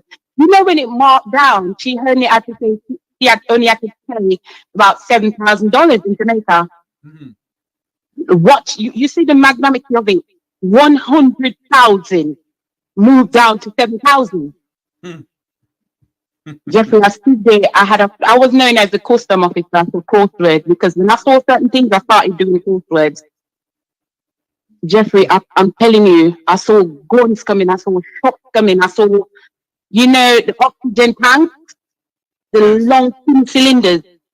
I saw those coming with full of shots and bullets and all that. I've seen so many things, and what you could do, lock him out, because probably when you leave the car would be shut off. You were told to see the evil. Jamaica is so corrupted, it's not funny.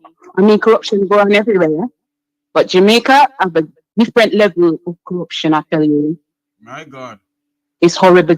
If I should call you over and tell you some things that I've seen, I had to pack up. At the time, I had 2 kids. I packed them up and I returned to the UK. I was like, nah, man, this is just not as if it's thing because I can't deal with this. Because I'm a Sagittarian by birth. I'm December 11th. Whatever is, I'm a person for justice. So if I'm being affected, I just want to scream and say something. And the things that I've seen, most custom officers at the wharves had separate businesses outside the wharves. Some had block factories. They had, you know, so many investments, and you wonder, where do they get the money for all this? I remember when we were all leaving, and one guy that used to hustle, he was beaten badly by some men that, you know, I think he was like what you call a hustler, a side man outside that would refer you to a particular custom officer to get your stuff, you know, come out or so. So that caller is telling you the truth about the containers and so on, so one phone call. And I used to sit down and say, Jamaicans act like Arabs, because my dad is Lebanese, so I know. You don't apply for jobs when you're Arab. You just call one person call one person and say, my brother is coming and you need to employ him, he's good, whatever. And I'm saying Jamaicans move like Arabs, but Arabs do it in a good way. Jeffrey, may I tell you, it's crazy. You have no call me off here, let me hear you talk. I gotta go now. I will call you. I will call you one day. Bless up, fam. Thank you. All right. Good afternoon. Welcome to the Mek Wi Talk program. Hello?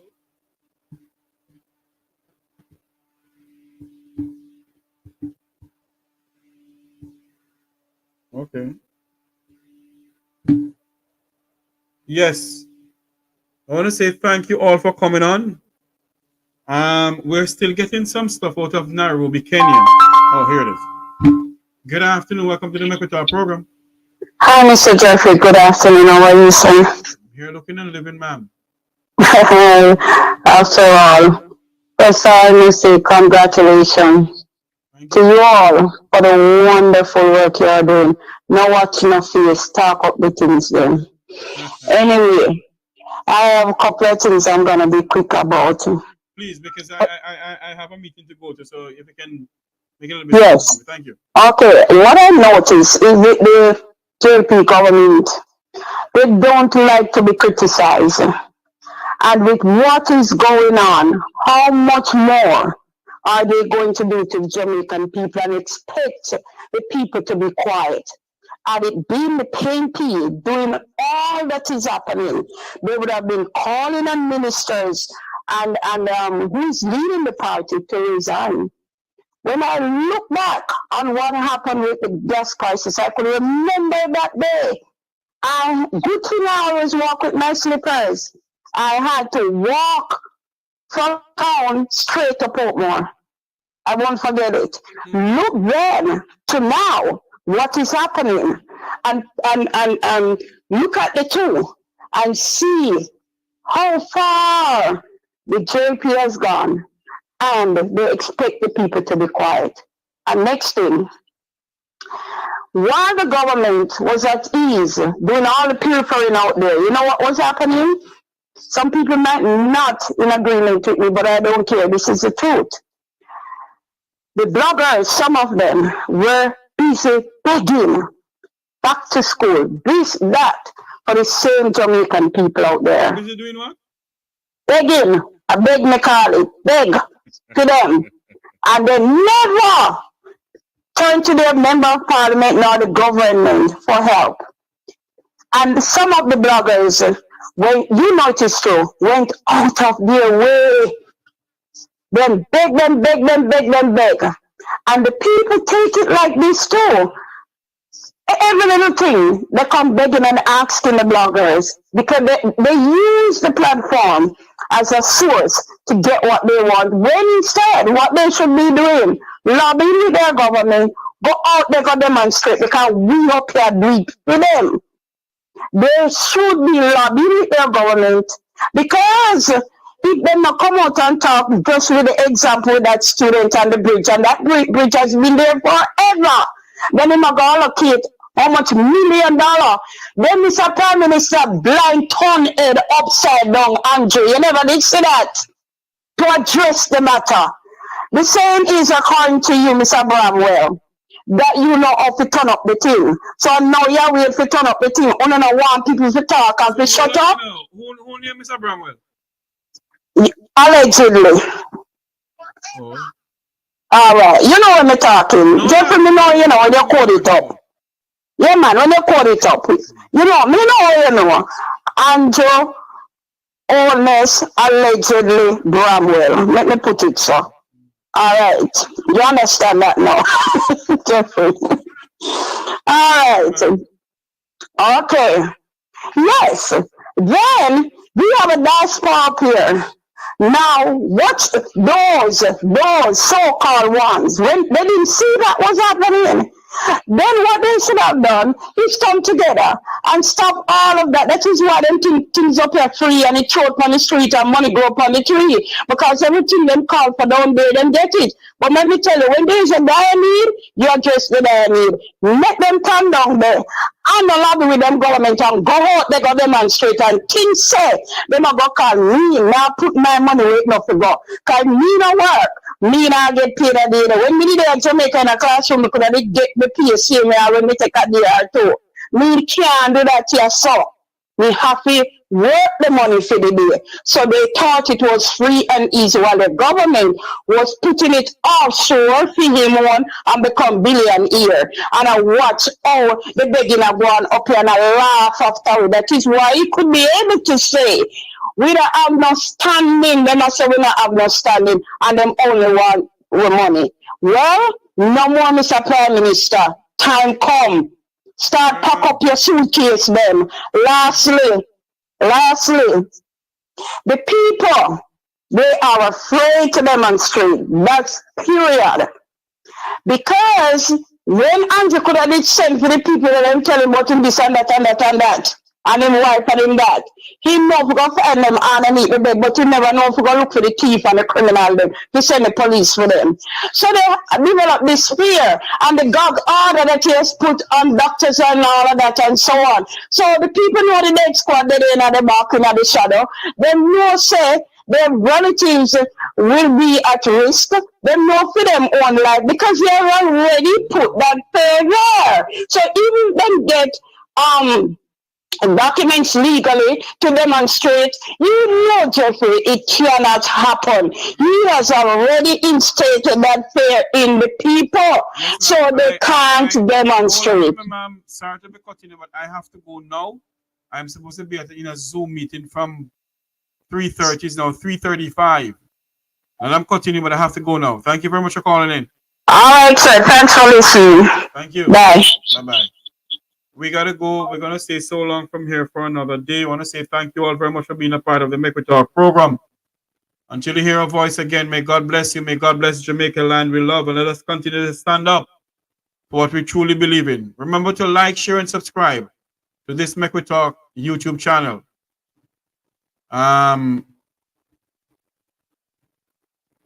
Like, share, and subscribe. Have a great afternoon, everyone. Goodbye.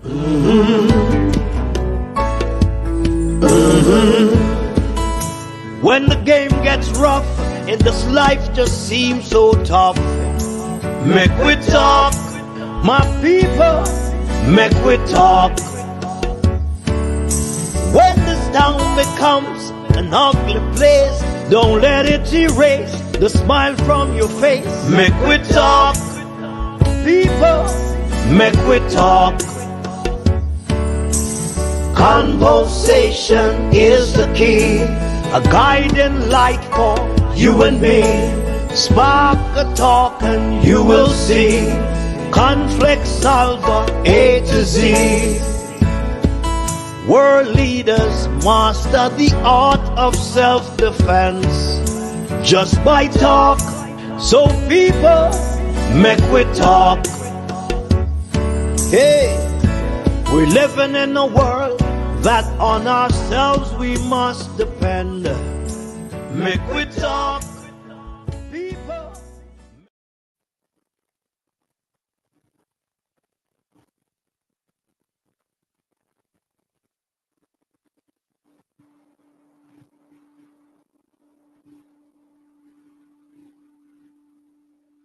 Staying with Africa, our next story comes from Kenya, where a protest movement began yesterday. It is called Occupy Parliament, like the Occupy Wall Street movement from the US.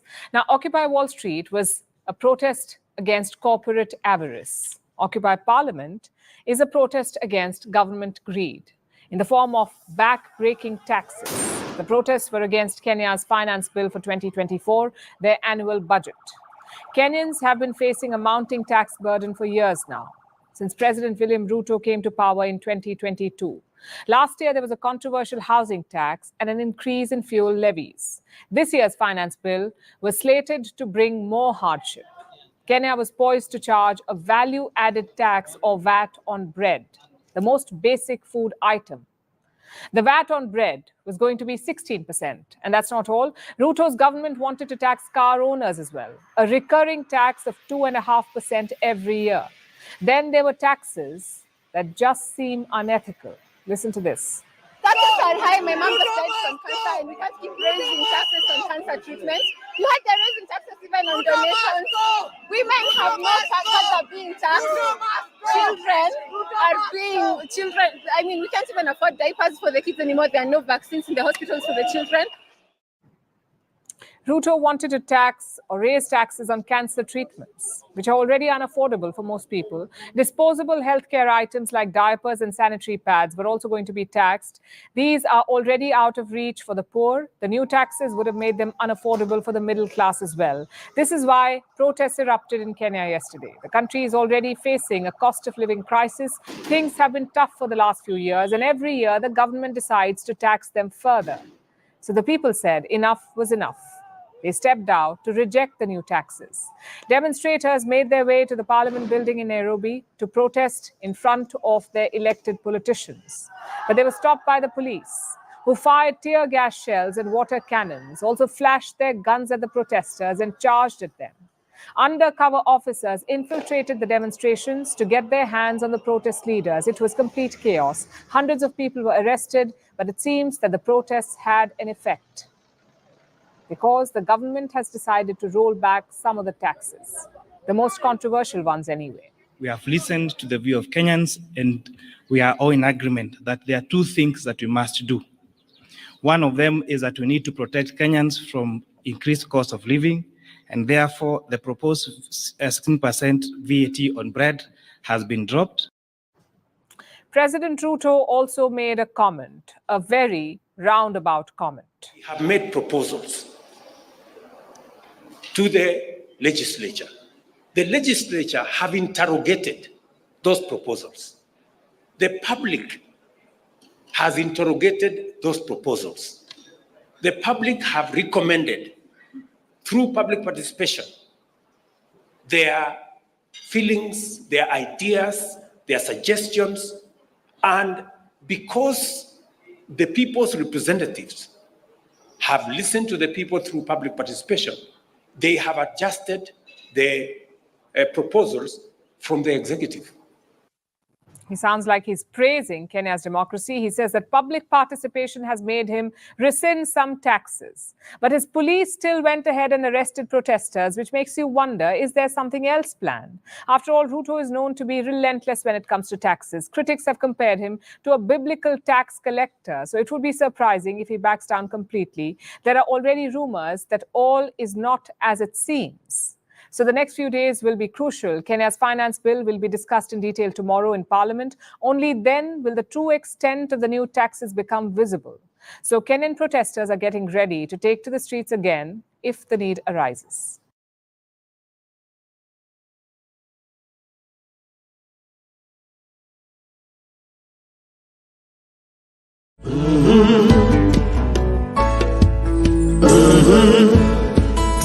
When the game gets rough and this life just seems so tough, Mek Wi Talk, my people, Mek Wi Talk. When this town becomes an ugly place, don't let it erase the smile from your face. Mek Wi Talk, people, Mek Wi Talk. Conversation is the key, a guiding light for you and me. Spark a talk and you will see.